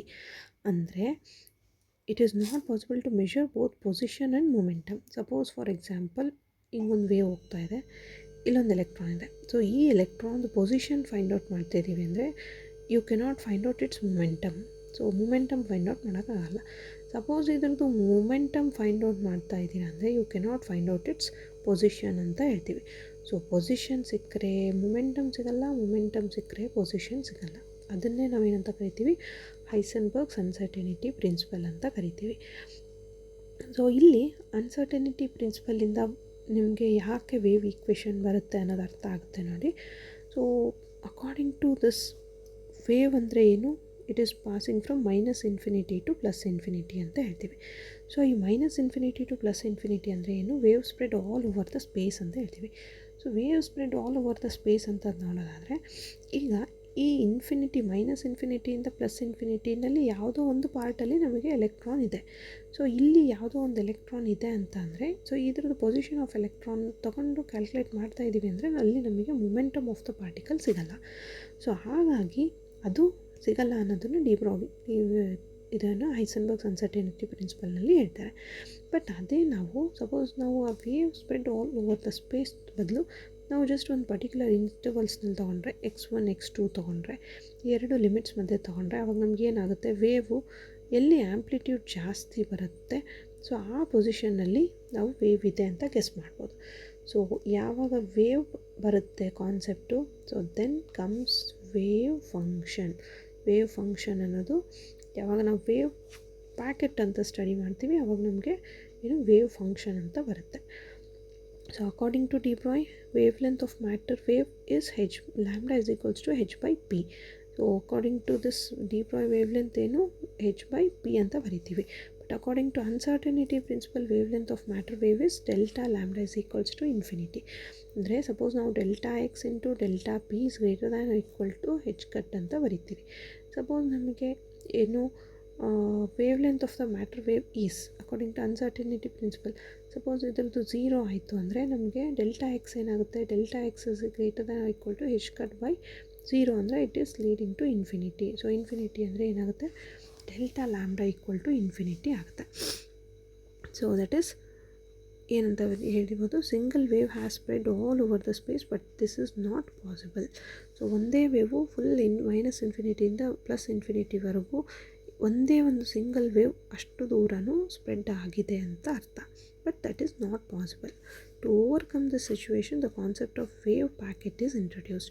So ಅದಕ್ಕೆ ಏನು ಮಾಡಿದ್ರು, ಕಂಪ್ಲೀಟ್ ಎಂಟೈರ್ ವೇವ್ ತೊಗೊಳ್ಳೋ ಬದಲು ಒಂದು ಪಾರ್ಟ್ ಆಫ್ ದ ವೇವ್ನ ತೊಗೊಂಡ್ರು. ಸೊ ಆ ಒಂದು part of the wave we call it as wave packet ಅಂತ ಕರಿತೀವಿ. ಸೊ ವೇವ್ ಪ್ಯಾಕೆಟ್ ಅಂದರೆ ಏನು, wave packet is the resultant wave of large amplitude extending over some finite region formed due to superposition of large number of waves. So wave packet ಅನ್ನೋದೇನು, large amplitude ಇರೋಂಥ over finites region. Finite region ಅಂತ ಯಾಕೆ ಹೇಳ್ತೀವಿ ಅಂದರೆ, ಈಗ suppose ನಾವು wave ತೊಗೊಂಡ್ರೆ minus infinity to plus infinity, we don't know where is that minus infinity and plus infinity. But wave packet ತೊಗೊಂಡ್ರೆ ಈ ವೇವ್ ಥ್ರೋಟ್ ಸ್ಪ್ರೆಡ್ ಏನಾಗಿರುತ್ತೆ ಅದರಲ್ಲಿ ಒಂದು ಪಾರ್ಟ್ ತೊಗೊತೀವಿ. ಸೊ ಆ ಒಂದು ಪಾರ್ಟ್ನ ನಾವು ಡಿನೋಟ್ ಮಾಡಿದಾಗ ವೇವ್ ಪ್ಯಾಕೆಟ್ ಆಗುತ್ತೆ. ಸೊ ವೇವ್ ಪ್ಯಾಕೆಟ್ನ ತೊಗೊಂಡ್ಬಿಟ್ಟು ಅದರ ಒಂದು ಪರ್ಟಿಕ್ಯುಲರ್ ಇನ್ಸ್ಟೆಂಟ್ಗೆ ಕ್ಯಾಲ್ಕುಲೇಟ್ ಮಾಡಿಬಿಟ್ಟು ಅದನ್ನು ಇಂಟಿಗ್ರೇಟ್ ಮಾಡಿ ಓವರ್ ದ ಎಂಟೈರ್ ಸ್ಪೇಸ್ನಲ್ಲಿ ನಾವು ಫೈಂಡ್ ಔಟ್ ಮಾಡ್ಬೋದು ಅಂತ ತೋರಿಸ್ಕೊಡ್ತಾರೆ. So that is wave packet is a resultant wave of large amplitude extending over some finite region formed due to the superposition of large number of waves. So ಬೇರೆ ಬೇರೆ waves ಕಲ್ತ್ಬಿಟ್ಟು super imposition ಆಗಿ ನಮಗೆ ಏನು ಬರುತ್ತೆ, wave packet formation ಆಗುತ್ತೆ. So according to Born's probability interpretation, the probability of finding a particle in the region of large amplitude of the wave packet is maximum and there is no probability of finding the particle in the region of zero amplitude of the wave packet. ಅಂದರೆ ಏನು, probability of finding the particle in the region of large amplitude of the wave packet ಅಂದರೆ ಎಲ್ಲಿ amplitude ಜಾಸ್ತಿ ಇರುತ್ತೆ ಅಲ್ಲಿ ನಾವು ಏನು wave ಪ್ಯಾಕೆಟ್ನ ಅಬ್ಸರ್ವ್ ಮಾಡ್ಬೋದು. ಬಟ್ ಎಲ್ಲಿ ಶಾರ್ಟ್ ಬರುತ್ತೆ ಅಲ್ಲಿ ವೇವ್ ಪ್ಯಾಕೆಟ್ನ ಅಬ್ಸರ್ವ್ ಮಾಡೋದಕ್ಕಾಗಲ್ಲ. So in that region finding that electron is 0 ಅಂತ ಕರಿತೀವಿ. ಸೊ ಅದು ಏನು ಬಾರ್ನ್ಸ್ ಪ್ರಾಬಬಿಲಿಟಿ ಇಂಟರ್ಪ್ರಿಟೇಷನ್ ಅಂತ ಕರಿತೀವಿ. Then here you can see the product of uncertainties in determining the position and momentum of particle at the same instant is, so delta x into delta px is greater than or equal to h cut ಅಂತ ಹೇಳ್ತೀವಿ. So delta X ಅಂದರೆ ಏನು, uncertainty ಇನ್ position, delta p X ಅಂದರೆ ಏನು, uncertainty ಇನ್ momentum ಅಂತ ಹೇಳ್ತೀವಿ. So delta x 0 ಆದರೆ particle is localized, so that is delta p x ಏನಾಗುತ್ತೆ, ಇನ್ಫಿನಿಟಿ ಆಗುತ್ತೆ. Momenta will be completely unknown and vice versa, ಅಂದರೆ ಮೊಮೆಂಟಾ ಗೊತ್ತಿದೆ ಅಂತ ಅಂದರೆ ನಮಗೆ ಪೊಸಿಷನ್ ಗೊತ್ತಿರಲ್ಲ ಅಂತ ಅರ್ಥ. So delta y into delta p y is greater than equal to H cut, delta z into delta p z is greater than equal to H cut ಅಂತ ಹೇಳ್ತೀವಿ. ಸೊ ಎನರ್ಜಿ ಟೈಮ್ ಅನ್ಸರ್ಟಿನಿಟಿನ ಏನಂತ ಬರೀಬೋದು, delta e into delta t is greater than equal to H cut ಅಂತ ಬರಿತೀವಿ. Angular momentum time uncertainty ಏನು ಬರಿತೀರಿ, delta j into delta theta is greater than equal to H cut ಅಂತ ಬರಿತೀವಿ. Theta is the angle ಅಂತ ಹೇಳ್ತೀವಿ. So next ಬರೋದೇನು, wave function ಅಂತ ಹೇಳ್ತೀವಿ. ಸೊ ಇಷ್ಟು ಕಾನ್ಸೆಪ್ಟ್ಸು ನಾನು ಇಲ್ಲಿವರೆಗೂ ಏನು ಹೇಳಿದೆ ಅದೆಲ್ಲನೂ ವೇವ್ ಪಾರ್ಟಿಕಲ್ ಡ್ಯುಯಾಲಿಟಿ ಬಗ್ಗೆ. ಸೊ ವೇವ್ ಪಾರ್ಟಿಕಲ್ ಡ್ಯುಯಾಲಿಟಿ ಅಂತ ಅಂದರೆ ಈಗ ಒಂದು ಮ್ಯಾಟರ್ ತೊಗೊಂಡ್ರೆ ಅದಕ್ಕೆ ವೇವ್ ನೇಚರು ಇರುತ್ತೆ, ಪಾರ್ಟಿಕಲ್ ನೇಚರು ಇರುತ್ತೆ ಅಂತ ಹೇಳ್ತೀವಿ. ಸೊ ಅದನ್ನು ವೇವ್ ಪಾರ್ಟಿಕಲ್ ಡ್ಯುಯಾಲಿಟಿನ ಹೆಂಗೆ ಚೆಕ್ ಮಾಡ್ತೀವಿ ಅಂತ ಹೇಳಿ ನಾನು ಇಷ್ಟು ಕಾನ್ಸೆಪ್ಟ್ಸ್ನಲ್ಲಿ ಎಕ್ಸ್ಪ್ಲೇನ್ ಮಾಡ್ತೀನಿ. ಇದು ಅರ್ಥ ಆಗಿದೆ ಅಂತ ಅಂದ್ಕೊತೀನಿ. ಸೊ ನೆಕ್ಸ್ಟ್ ಬರೋದು ವೇವ್ ಫಂಕ್ಷನ್. ಸೊ ಇಲ್ಲಿಂದ ನಮಗೆ ಏನು ಆ್ಯಕ್ಚುಲಾಗಿ ಕ್ವಾಂಟಮ್ ಮೆಕ್ಯಾನಿಕ್ಸ್ ಸ್ಟಾರ್ಟ್ ಆಗುತ್ತೆ. ಅಂದರೆ ಇಲ್ಲಿವರೆಗೂ ಹೇಳಿರೋದಲ್ಲನ ಅಂತಿಲ್ಲ. ಸೊ ಅದು ಕೂಡ ಕ್ವಾಂಟಮ್ ಮೆಕ್ಯಾನಿಕ್ಸಲ್ಲೇ ಬರುತ್ತೆ. ಸೊ ಅದು ಕಾನ್ಸೆಪ್ಟು ಕ್ಲಿಯರಾಗಿ ಅರ್ಥ ಆದರೆ ನಮಗೆ ವೇವ್ ಫಂಕ್ಷನ್ ಅಂದರೆ ಏನು ಅಂತ ಒಂದು ಐಡಿಯಾ ಬರುತ್ತೆ. ವೇವ್ ಫಂಕ್ಷನ್ ಏನು ಅಂತ ಗೊತ್ತಾದರೆ ನೆಕ್ಸ್ಟ್ ನಾವು ಎಲ್ಲದನ್ನು ಈಸಿಯಾಗಿ ಮಾಡ್ಕೊತ ಹೋಗ್ಬೋದು ಕ್ವಾಂಟಮ್ ಮೆಕ್ಯಾನಿಕ್ಸಲ್ಲಿ. ಸೊ ಈಗ ವೇವ್ ಫಂಕ್ಷನ್ ಅಂತ ನೋಡೋಣ. ಸೊ ವೇವ್ ಫಂಕ್ಷನ್ ಅಂದರೆ ಏನು?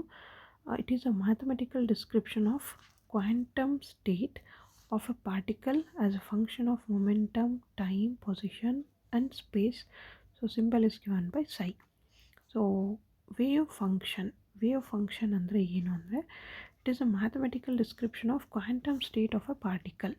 So quantum state of a particle ಅಂದರೆ ಯಾವುದಾದ್ರೂ ಒಂದು ಪಾರ್ಟಿಕಲ್ದು ಅದರದ್ದು ಪೊಸಿಷನ್ ಬರೀಬೋದು. ಅಂದರೆ ಲೈಕ್ ಪೊಸಿಷನ್ ಇರ್ಬೋದು, ಮೊಮೆಂಟಮ್ ಇರ್ಬೋದು, ಅಥವಾ ಏನು ಟೈಮ್ ಇರ್ಬೋದು, ಅಥವಾ ಎನರ್ಜಿ ಇರ್ಬೋದು. ಸೊ ಅದನ್ನೆಲ್ಲನೂ ಡಿನೋಟ್ ಮಾಡೋದಕ್ಕೆ ನಾವು ಯಾವುದೊಂದು ಮ್ಯಾಥಮೆಟಿಕಲ್ ಫಂಕ್ಷನ್ ಯೂಸ್ ಮಾಡ್ತೀವಿ ಅದನ್ನು ನಾವು ವೇವ್ ಫಂಕ್ಷನ್ ಅಂತ ಕರಿತೀವಿ. ಸೊ ಆ ವೇವ್ ಫಂಕ್ಷನ್ನ ಹೆಂಗೆ ಡಿನೋಟ್ ಮಾಡ್ತೀವಿ? ಸೈಯಿಂದ ಡಿನೋಟ್ ಮಾಡ್ತೀವಿ. ಸೊ ಇಲ್ಲಿ ಪಿ ಎಸ್ ಐ ಅಂತ ಬರ್ತಿದ್ದೀನಿ. ಪಿ ಎಸ್ ಐ ಅಂದರೆ ಪಿ ಸೈಲೆಂಟ್ ಆಗುತ್ತೆ, ಎಸ್ ಐ ಸೈ. ಸೊ ಇದನ್ನು ಸೈ ಅಂತ ಕರಿತೀವಿ. ಲೈಕ್ ತ್ರಿಶೂಲ ಸಿಂಬಲ್ ಬರೆದ್ರೆ ವೇವ್ ಫಂಕ್ಷನ್ ಆಗುತ್ತೆ ಫಿಸಿಕ್ಸಲ್ಲಿ.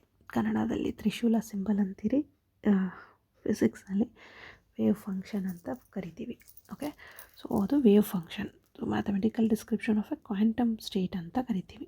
Okay, the need of wave function ಯಾಕೆ ಬೇಕು ನಮಗೆ ಅಂತ ನೋಡೋದಾದರೆ, by using wave function the probability of finding an electron within the matter wave can be explained. ಅಂದರೆ ಇವಾಗ ಒಂದು ಮ್ಯಾಟರ್ ವೇವ್ ಹೋಗ್ತಾ ಇದೆ. ಈ ಮ್ಯಾಟರ್ ವೇವ್ನಲ್ಲಿ ಪೊಸಿಷನ್ ಆಫ್ ದ ಪಾರ್ಟಿಕಲ್ ಎಲ್ಲಿದೆ, ಪಾರ್ಟಿಕಲ್ಲು ಯಾವುದು ಮೊಮೆಂಟಮ್ ಇದೆ, ಏನಿದೆ, ಪೊಸಿಷನ್ ಏನಿದೆ, ಯಾವ ಟೈಮಲ್ಲಿ ಏನಿದೆ ಅಂಥೇಳಿ ಎಕ್ಸ್ಪ್ಲೇನ್ ಮಾಡೋದಕ್ಕೆ ನಮಗೆ ವೇವ್ ಫಂಕ್ಷನ್ ಹೆಲ್ಪ್ ಆಗುತ್ತೆ. ಸೊ ಅದಕ್ಕೆ by using wave function the probability of finding an electron within the matter wave can be explain. ಅಂದರೆ ಇದು ಒಂದು ಮ್ಯಾಟರ್ ವೇವ್ ಹೋಗ್ತಾ ಇದೆ ಅಂದರೆ ಅದರಲ್ಲಿ position of the particle can be easily explain by using wave function ಅಂತ ಕರಿತೀವಿ. Then next one, this can be obtained by including the imaginary number that is squared to get a real number solution resulting in position of an electron. ಅಂದರೆ ಈಗ ನಮಗೆ imaginary number ಅಂತ ಅಂದರೆ ನಮಗೆ ಸೈ ಅಂತ ಏನು ಬರಿತೀವಿ, ಸೈ ಈಸ್ ಅನ್ ಕಾಂಪ್ಲೆಕ್ಸ್ ನಂಬರ್ ಅಂತ ಹೇಳ್ತೀವಿ. ಸೈ is a complex number. So complex number ಆಗಿರೋದ್ರಿಂದ ನಮಗೆ ಏನೋ ವೇವ್ ಫಂಕ್ಷನ್ದು ಅದರದ್ದು ವ್ಯಾಲ್ಯೂ ಬರಲ್ಲ. It is a complex number ಅಂದರೆ ಏನು, ಇಮ್ಯಾಜಿನರಿ ನಂಬರ್ ಅಂತ ಕರಿತೀವಿ. ಸೊ ಅದು ನಮಗೆ ಕಾಂಪ್ಲೆಕ್ಸ್ ನಂಬರಿಂದ ನಮಗೆ ರಿಯಲ್ ವ್ಯಾಲ್ಯೂ ಬರಬೇಕು ಅಂದರೆ ಅದಕ್ಕೆ ವೇವ್ ಫಂಕ್ಷನ್ಗೆ ಯಾವುದೇ ಫಿಸಿಕಲ್ ಮೀನಿಂಗ್ ಇರಲ್ಲ. ಸೊ ಇದಕ್ಕೆ it has no physical meaning ಅಂತ ಹೇಳ್ತೀವಿ. So it has no physical meaning ಅಂದರೆ ಏನು, ಇದು since it is a complex number. So complex ನಂಬರ್ಗೆ ಯಾವುದೇ ಫಿಸಿಕಲ್ ಮೀನಿಂಗ್ ಇರಲ್ಲ. ಕಾಂಪ್ಲೆಕ್ಸ್ ನಂಬರ್ ಅಂದರೆ ಇಮ್ಯಾಜಿನರಿ ನಂಬರ್ ಅಂತ ಹೇಳ್ತೀವಿ.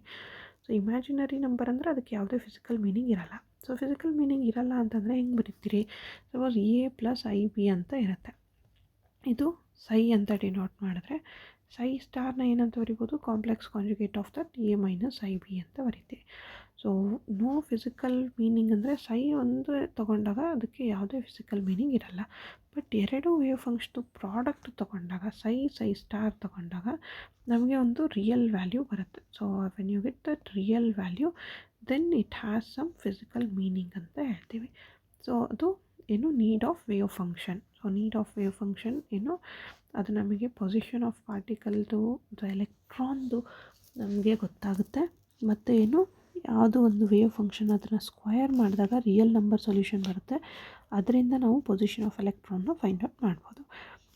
The concept was introduced in the year 1925 by Erwin Schrödinger with the help of Schrödinger equation. So ಈ wave function ಅನ್ನೋ concept ಕೊಟ್ಟಿದ್ದು Erwin Schrodinger ಅನ್ನೋ ಸೈಂಟಿಸ್ಟು 1925ನಲ್ಲಿ ಕೊಡ್ತಾರೆ. ಸೊ ಆವಾಗ ಯಾವುದರಿಂದ ಕೊಡ್ತಾರೆ, ಈ uses on equation and he calls that as Schrodinger equation ಅಂತ ಕರೀತಾರೆ. ಸೊ ಇದಿಷ್ಟು ಏನು, ನೀಡ್ ಆಫ್ ವೇವ್ ಫಂಕ್ಷನ್, ಯಾಕೆ ವೇವ್ ಫಂಕ್ಷನ್ ಬೇಕು ಅನ್ನೋದನ್ನು ತಿಳ್ಕೊಂಡ್ವಿ. ದೆನ್ ನೆಕ್ಸ್ಟ್ ಒನ್ ಬರೋದು properties of wave function. So properties of wave function ಅಂದರೆ ವೇವ್ ಫಂಕ್ಷನ್ನ ಎಲ್ಲೆಲ್ಲಿ ಯೂಸ್ ಮಾಡ್ತೀವಿ, ಏನು ಪ್ರಾಪರ್ಟಿ ಇದೆ ಅಂದರೆ all measurable information about particle is available. ಅಂದರೆ ನಾವು ವೇವ್ ಫಂಕ್ಷನ್ ಯಾವುದಾದ್ರೂ ಒಂದು ಬರ್ತಿದ್ದೀವಿ ಅಂದರೆ ಆ ವೇವ್ ಫಂಕ್ಷನ್ನಲ್ಲಿ ಯಾವುದಾದ್ರೂ ಒಂದು ಪಾರ್ಟಿಕಲ್ದು ಏನೇನು ಮೆಷರಬಲ್ ಕ್ವಾಂಟಿಟೀಸ್ ಇರುತ್ತೆ. ಮೆಷರಬಲ್ ಕ್ವಾಂಟಿಟೀಸ್ ಅಂದರೆ ಯಾವುದು, ಪೊಸಿಷನ್ ಇರ್ಬೋದು, ಮೊಮೆಂಟಮ್ ಇರ್ಬೋದು, ಎನರ್ಜಿ ಇರ್ಬೋದು, ಟೈಮ್ ಇರ್ಬೋದು. ಸೊ ಎಲ್ಲ ಮೆಷರಬಲ್ ಕ್ವಾಂಟಿಟೀಸ್ ಬಗ್ಗೆ ಇನ್ಫಾರ್ಮೇಷನ್ ಕೊಡೋದು ಏನು, ವೇವ್ ಫಂಕ್ಷನ್ ಕೊಡುತ್ತೆ. ಮತ್ತು ಇನ್ನೊಂದೇನು, psi should be continuous and single valued. ಅಂದರೆ ಸೈಗೆ ಅಂದರೆ ವೇವ್ ಫಂಕ್ಷನ್ಗೆ ಯಾವಾಗಲೂ ಸಿಂಗಲ್ ವ್ಯಾಲ್ಯೂ ಇರಬೇಕು and it should be continuous. Discrete values ಇದ್ದರೆ ಅದನ್ನು ಸೈ ವೇವ್ ಫಂಕ್ಷನ್ ಅಂತ ಕರೆಯೋಕ್ಕಾಗಲ್ಲ. Using Schrodinger equation energy calculations becomes easy. ಅಂದರೆ ನಾವು ಸ್ಕ್ರಾಡಿಂಜರ್ ಈಕ್ವೇಷನಿಂದ ಎನರ್ಜಿ ಕ್ಯಾಲ್ಕುಲೇಷನ್ ಈಸಿಯಾಗಿ ಮಾಡ್ಬೋದು. Then probability distribution in 3D is established using the wave function. ಅಂದರೆ ಈಗ ಪ್ರಾಬಬಿಲಿಟಿನಲ್ಲಿ ಕೂಡ ನಾವು ವೇವ್ ಫಂಕ್ಷನ್ನ ಯೂಸ್ ಮಾಡ್ಬೋದು. ಸೊ ಇಲ್ಲಿ ನಾನು ಆಲ್ರೆಡಿ ಹೇಳಿದಾಗೆ ಸೈ ಈಸ್ ಈ function of x y z t. ಅದನ್ನು ನಾವೇನಂತ ಬರೀಬೋದು, ಎ ಪ್ಲಸ್ ಐ ಬಿ ಅಂತ ಬರೀಬೋದು. ಸೈ ಸ್ಟಾರ್ ಅಂದರೆ ಎ ಮೈನಸ್ ಐ ಬಿ ಅಂದರೆ ಕಾಂಪ್ಲೆಕ್ಸ್ ಕಾಂಜುಗೇಟ್ ಅಂತ ಬರೀತೀರಿ. ಎರಡರದ್ದು ಪ್ರಾಡಕ್ಟ್ ಮಾಡಿದಾಗ ನಮಗೇನು ಬರುತ್ತೆ, probability density of finding the particle in a space at a time ಅಂತ ಹೇಳ್ತೀವಿ, ಸೈ ಸ್ಟಾರ್. ಸೊ ಯೂಶಲಿ ಇನ್ನೊಂದು ನೆನಪಿಟ್ಕೊಂಡಿರ್ಬೇಕು ನೀವು, ವೇವ್ ಫಂಕ್ಷನ್ದು ರಿಸಲ್ಟೆಂಟ್ ವೇವ್ ಫಂಕ್ಷನ್ ಏನಿರುತ್ತೆ ಆವಾಗ ನಮಗೆ ಮಲ್ಟಿಪ್ಲೈ ಮಾಡ್ತೀವಿ ನಾವು, ಸೈ ಎ ಇಂಟು ಸೈ ಬಿ ಅಂತ ಮಾಡ್ತೀವಿ, ಅಥವಾ ಇಲ್ಲಿ ಸೈ ಇಂಟು ಸೈ ಸ್ಟಾರ್ ಅಂತ ಮಾಡ್ತೀವಿ. ವೇವ್ ಫಂಕ್ಷನ್ಸ್ ರಿಸಲ್ಟೆಂಟ್ ತೊಗೊಂಡಾಗ ಸೈ ಮತ್ತು ವೇವ್ ಫಂಕ್ಷನ್ಸ್ ಮತ್ತು ಮಲ್ಟಿಪ್ಲಿಕೇಶನ್ ಇರಬೇಕು.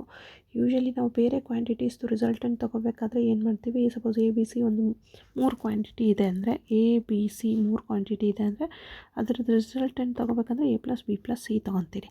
ಬಟ್ ವೇವ್ ಫಂಕ್ಷನ್ಸ್ಗೆ 2 ವೇವ್ ಫಂಕ್ಷನ್ಸ್ ಇದ್ದಾವೆ ಅಂದರೆ ಅದು ಎರಡನ್ನೂ ಕಂಬೈನ್ ಮಾಡಬೇಕಂದ್ರೆ ಪ್ರಾಡಕ್ಟ್ ತೊಗೋಬೇಕು, ಸೈ ಇಂಟು ಸೈ ಸ್ಟಾರ್ ಅಂತ ತೊಗೊತೀರಿ. ಸೊ ಈಗ ಪ್ರಾಪರ್ಟೀಸ್ ಆಫ್ ವೇವ್ ಫಂಕ್ಷನ್ನಲ್ಲಿ, so the probability of finding a particle if it exists that is equals to 1 ಅಂತ ಹೇಳ್ತೀವಿ. Psi star is equals to so probability of finding a particle at space, ಅದನ್ನು ನಾವು probability density ಅಂತ ಕರಿತೀವಿ. So psi has no physical meaning as it is complex ಆಗಿರೋದ್ರಿಂದ ಯಾವುದೇ physical meaning ಇರಲ್ಲ. Then next comes the Schrodinger wave equation, time dependent Schrodinger wave equation. So time dependent Schrodinger wave equation ಅಂದರೆ ನಾವೀಗ wave function ಬರೆಯೋದನ್ನು ಹೆಂಗೆ denote ಮಾಡ್ತೀರಿ, psi of X comma t is equals to a into E power I K X minus omega t ಅಂತ ಬರೀತೀರಿ.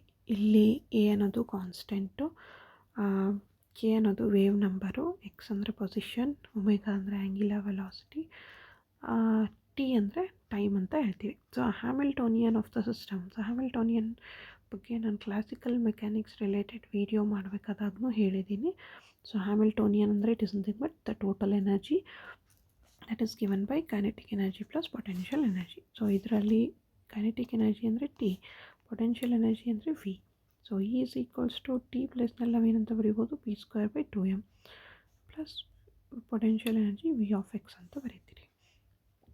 So ಈಗ ನಮಗೆ psi ಅಂದರೆ ಏನು, A into E power I K X minus omega T ಆಗುತ್ತೆ.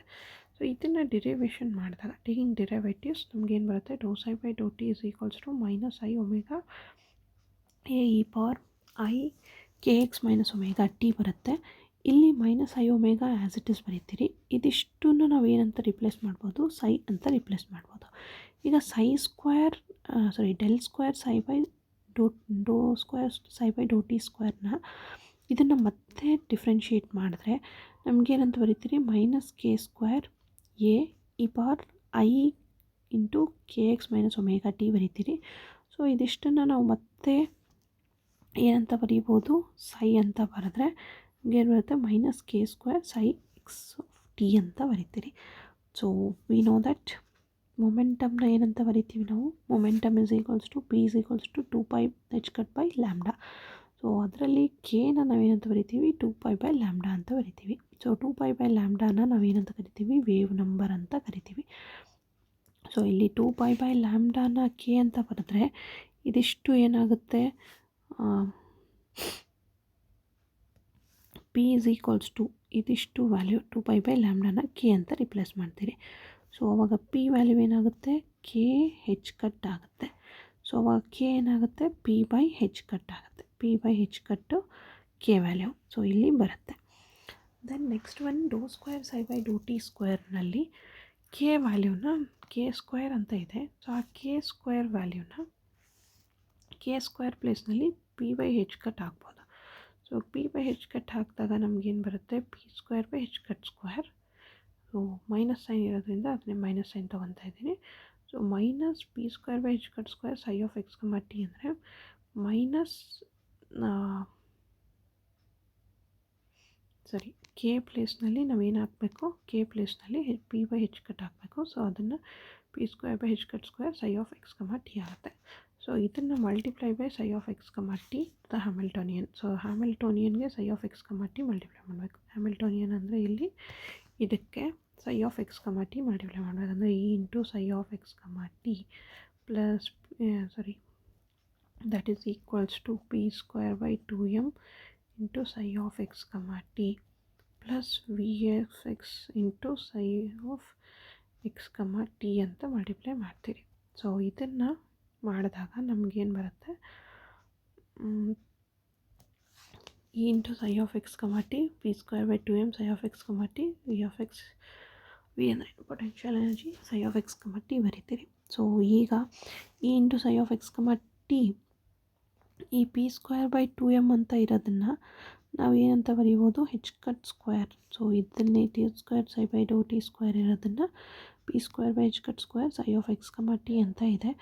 So ನಮಗೆ ಬೇಕಾಗಿರೋದೇನು,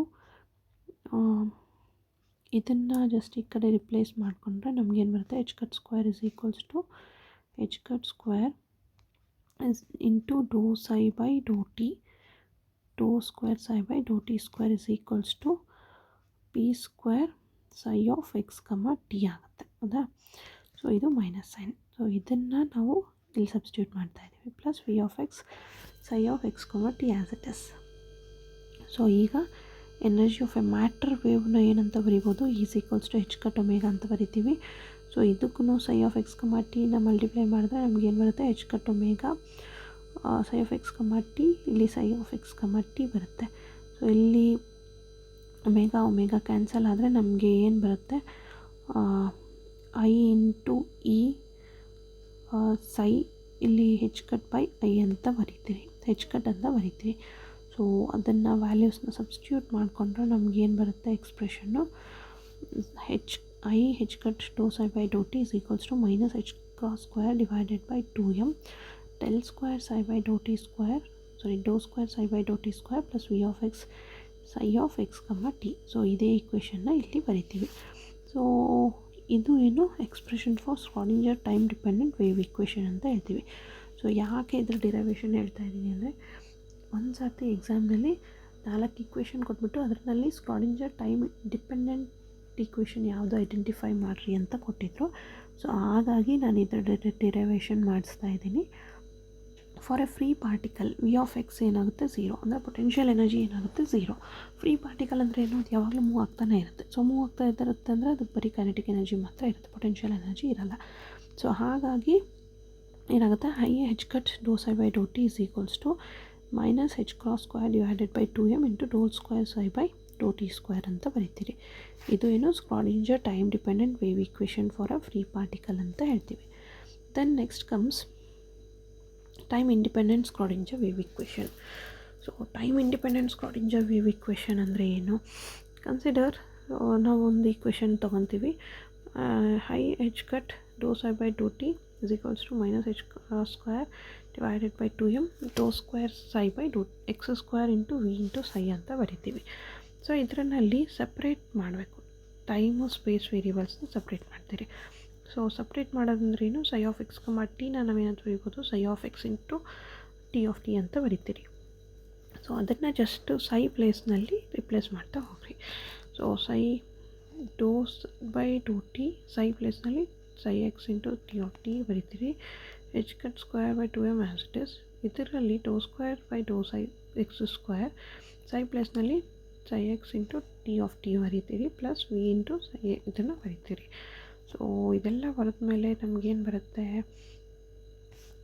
ಸೈ of X ಹೊರಗೆ ತೊಗೊತೀರಿ, do T by Dow T ಏನಾಗುತ್ತೆ, D T by D T ಆಗುತ್ತೆ. H cut square divided by 2m ಇದನ್ನು ಹೊರಗಡೆ ತೊಗೊಂಡ್ರೆ T of T square psi by D X square ಆಗುತ್ತೆ ಪ್ಲಸ್ ಇದು ಆ್ಯಸ್ ಇಟ್ ಈಸ್ ಬರೀತೀರಿ. ಸೊ ಈಗ ಇದು ಬಂದಿರೋ ಈಕ್ವೇಷನ್ನ ಡಿವೈಡ್ ಬೈ ಸೈ ಟಿ ಮಾಡ್ತೀರಿ. ಸೊ ಸೈ ಟಿ ಮಾಡಿದಾಗ ಇಲ್ಲಿ ಡಿವೈಡೆಡ್ ಬೈ ಸೈ ಟಿ ಮಾಡ್ತೀರಿ, ಇಲ್ಲಿ ಡಿವೈಡೆಡ್ ಬೈ ಸೈ ಟಿ ಮಾಡ್ತೀರಿ, ಇಲ್ಲಿ ಡಿವೈಡೆಡ್ ಬೈ ಸೈ ಟಿ ಮಾಡ್ತೀರಿ. ಸೊ ಸೈ ಟಿ ಕ್ಯಾನ್ಸಲ್ ಆಗುತ್ತೆ, ಇಲ್ಲಿ ಟಿ ಕ್ಯಾನ್ಸಲ್ ಆಗುತ್ತೆ, ಇಲ್ಲಿ ಸೈ ಕ್ಯಾನ್ಸಲ್ ಆಗುತ್ತೆ. ಸೊ ಉಳಿಯೋದೇನು I H cut divided by capital T into do T by D T minus H cut square divided by 2m psi D square psi by D X square plus V ಅಂತ ಬರೀತೀರಿ. So ಈಗ ನಾವು ಇದನ್ನು ಏನಂತ ಬರೀಬೋದು, E psi is equals to minus H cut square divided by 2m T square psi by D X square plus V into psi ಅಂತ ಬರಿತೀವಿ. So ಇದೇ ಎಕ್ಸ್ಪ್ರೆಷನ್ನು ಏನು, this is expression for time independent Schrodinger wave equation ಅಂತ ಹೇಳ್ತೀವಿ. So time dependent Schrodinger equation ಏನಾಗುತ್ತೆ, minus H cut square divided by 2m del square plus V into psi I H cut divide do psi by Dow T ಅಂತ ಹೇಳ್ತೀವಿ. That is time dependent Schrodinger equation. And time independent Schrodinger ಈಕ್ವೇಷನ್ನ ಏನಂತ ಬರಿತೀವಿ, del square psi plus 2m by H cut square E minus V into psi is equals to 0 ಅಂತ ಬರಿತೀವಿ. So that is time independent Schrodinger equation ಅಂತ ಹೇಳ್ತೀವಿ. So next ಇದರಲ್ಲಿ ನೋಡೋದಾದರೆ general solution ಏನಂತ ಬರ್ತೀವಿ. General solution is given as psi n of x comma t is equals to psi n into e power minus I n t divided by h cut ಅಂತ ಬರೀತೀವಿ general solution. So psi of x comma t is equals to summation of n equal to 1 to infinity cn into psi n of x comma t. So ಅದರಲ್ಲಿ general solution ಬರೆದಾಗ ಏನಾಗುತ್ತೆ, summation of n equal to 1 to infinity cn into psi n of e power minus I n t divided by h cut ಅಂತ ಬರೀತೀವಿ. So ಇದು principle of superposition of states and it can be written as linear combination of wave function satisfying the Schrodinger equation ಅಂತ ಕರಿತೀವಿ. So ಇಲ್ಲಿ ನಮಗೇನು ಬರುತ್ತೆ, stationery state ಅಂತ ಬರುತ್ತೆ. ಸೊ ಸ್ಟೇಷನರಿ ಸ್ಟೇಟ್ದು ವೇವ್ ಈಕ್ವೇಷನ್ ಹೆಂಗೆ ಬರೀತೀವಿ, psi of x comma t is equals to psi of x into e power minus I e t divided by h cut ಅಂತ ಬರೀತೀವಿ. Probability per unit length of finding the particle at x at any time t. So ಅದನ್ನು ನಾವು ಏನಂತ ಬರೆಯಬಹುದು, p of x comma t is equals to psi star x comma t psi of x comma t. Already ಹೇಳಿದಾಗ wave ಫಂಕ್ಷನ್ದು product ತೊಗೊತೀವಿ, addition ಮಾಡಲ್ಲ ಅಂತ ಹೇಳಿದೆ.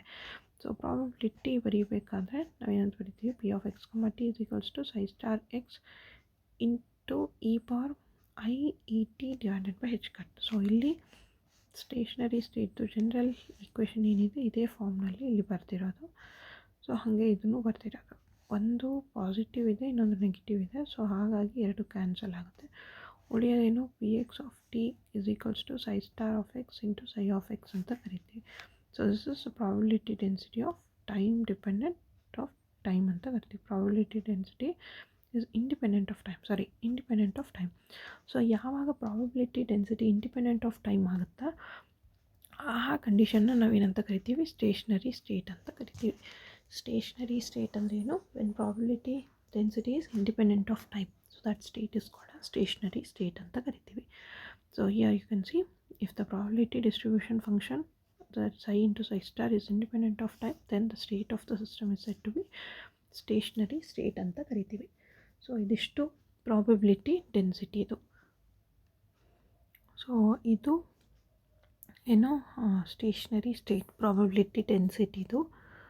So conditions ಗೊತ್ತಿರಬೇಕು. Probability ಅಂದರೆ ಸೈ ಸ್ಟಾರ್ ಇಂಟು ಸೈ ಬರಿತೀವಿ ಅಂಥೇಳಿ. ದೆನ್ ನೆಕ್ಸ್ಟ್ ಒನ್ ಬಂದುಬಿಟ್ಟು normalisation condition. So normalisation condition ಅಂದರೆ ಏನು ಅಂತ ತಿಳ್ಕೊಳ್ರಿ ಫಸ್ಟು, ಆಮೇಲೆ ನಾರ್ಮಲೈಸೇಷನ್ ಕಂಡೀಷನ್ ಬಗ್ಗೆ ಅರ್ಥ ಆಗುತ್ತೆ. ಸೊ ನಾರ್ಮಲೈಸೇಷನ್ ಕಂಡೀಷನ್ ಅಂದರೆ ಏನು ಅಂತ ನೋಡೋಣ. ಸಪೋಸ್ ಒಂದು ಮ್ಯಾಟ್ರ್ ವೇವ್ ಹೋಗ್ತಾ ಇರುತ್ತೆ.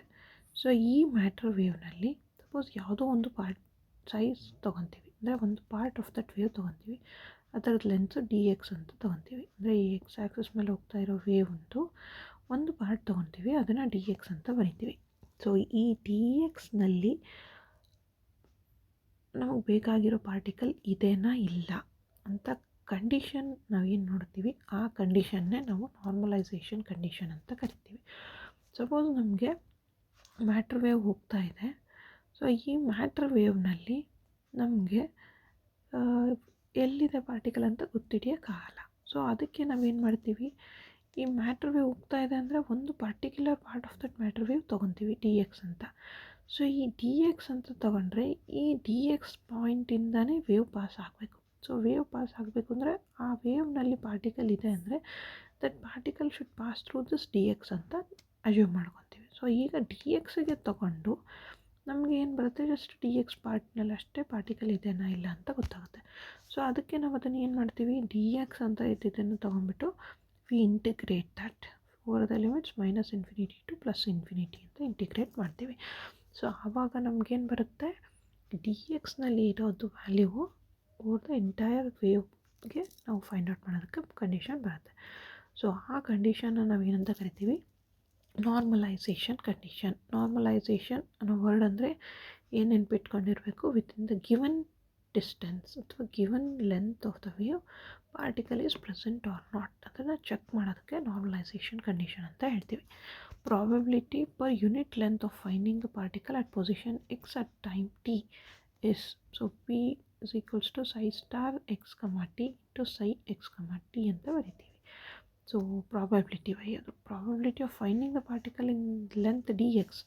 ಸೊ ಲೆಂತ್ ಡಿ ಎಕ್ಸ್ನಲ್ಲಿ ಬರೀಬೇಕಂದ್ರೆ P into D X I star into psi ಅದಕ್ಕೂ ಡಿ ಎಕ್ಸಿಂದ ಮಲ್ಟಿಪ್ಲೈ ಮಾಡ್ತೀವಿ. ಸಪೋಸ್ ನಾವು total probability of finding the particle somewhere along X axis, total along X axis find out ಮಾಡಬೇಕು ಅಂದರೆ ಏನು ಮಾಡ್ತೀವಿ, so P of T is equals to integration of -∞ to +∞ P dot D X ಅಂತ ಬರೀತೀವಿ. So ಇದು ಏನು total probability of finding the particle somewhere along X Axis ಅಂತ ಹೇಳ್ತೀವಿ. ದೆನ್ ನೆಕ್ಸ್ಟ್ ಒನ್ ಏನು, if the particle exist it must be somewhere on X Axis. ಅಂದರೆ particle ಇದೆ ಅಂತ ನೋಡೋದಾದರೆ, ಈಗ ಇದು ಎಕ್ಸ್ ಆ್ಯಕ್ಸಿಸ್ ಮೇಲೆ ತೊಗೊಂಡಿದ್ದೀವಿ, ಇಲ್ಲಿ ಪಾರ್ಟಿಕಲ್ ಇದೆ ಅಂತ ನೋಡೋದಾದರೆ ಇಲ್ಲಿ ಪಾರ್ಟಿಕಲ್ ಇದೆ ಅಂತ ಫಿಕ್ಸ್ ಆಗಿ ನಾವು ಹೇಳ್ತೀವಿ ಅಂತ ಆದರೆ, ಸೊ ಆವಾಗ ಏನಾಗುತ್ತೆ, ನಾರ್ಮಲೈಸೇಷನ್ ಕಂಡೀಷನ್ ಈಕ್ವಲ್ ಟು 1 ಆಗುತ್ತೆ. If the particle exist it must be somewhere on the X Axis. Particle ಇದೆ ಅಂದರೆ it should B somewhere along X Axis. So X axis ಮೇಲೆ ಇದೆ ಅಂತ ಅಂದರೆ ಅವಾಗ ನಾರ್ಮಲೈಸೇಷನ್ ಕಂಡೀಷನ್ ವ್ಯಾಲ್ಯೂ ಏನಾಗುತ್ತೆ, 1 ಆಗುತ್ತೆ. ಅಂದರೆ integration of -∞ to +∞ psi star of x, t into psi of x, t equal to 1 ಅಂತ ಬರಿತೀವಿ. ಸೊ ಕಂಡೀಷನ್ 1 ಆದರೆ ಇಟ್ ಈಸ್ ನಾರ್ಮಲೈಸೇಷನ್ ಕಂಡೀಷನ್, ಅಂದರೆ ಪಾರ್ಟಿಕಲ್ ಇದೆ ಅಂತ ಅರ್ಥ. ಸಪೋಸ್ ನಮಗೆ ಆರ್ಥೋಗೋನಲ್ ಫಂಕ್ಷನ್ ಅಂತ ಬರಿತೀವಿ. ಆರ್ಥೋಗೋನಲ್ ಫಂಕ್ಷನ್ ಅಂದರೆ ಏನು, two wave functions are set to be orthogonal if they satisfy the condition.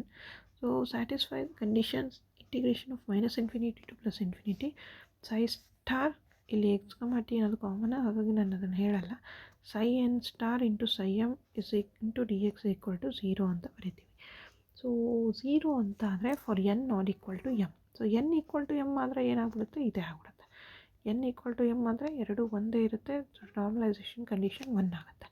But when n is not equal to m, then ಅವಾಗೇನಾಗುತ್ತೆ, integration of -∞ to +∞ sin star psi m of x, t into D X equal to 0 ಆಗುತ್ತೆ. 0 ಆಗುತ್ತೆ ಅಂದರೆ for stationary states integration of -∞ to +∞ sin star psi m is equals to 0 ಅಂತ ಕರಿತೀವಿ. So 0 ಬಂದಿದೆ ಅಂದರೆ ಏನು, orthogonal wave function equal to 1 ಬಂದಿದೆ ಅಂದರೆ ಏನು, ನಾರ್ಮಲೈಸೇಷನ್ ಕಂಡೀಷನ್.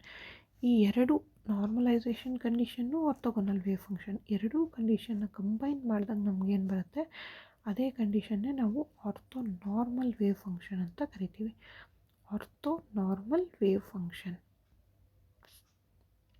ಆರ್ಥೋನಾರ್ಮಲ್ ವೇವ್ ಫಂಕ್ಷನ್ಗೆ ನಾವು ಇಲ್ಲೇನು ಯೂಸ್ ಮಾಡ್ತೀವಿ, integration -∞ to +∞ psi m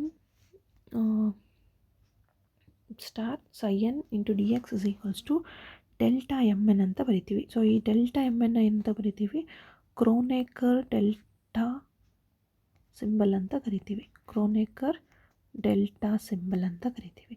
so ಈ Kronecker delta symbol m n equal ಇದ್ದರೆ 1 ಬರುತ್ತೆ ವ್ಯಾಲ್ಯೂವು, ಎಮ್ ಎನ್ ನಾಟ್ ಈಕ್ವಲ್ ಇದ್ದರೆ, if M is not equal to N then that is equal to 0 ಅಂತ ಬರಿತೀವಿ.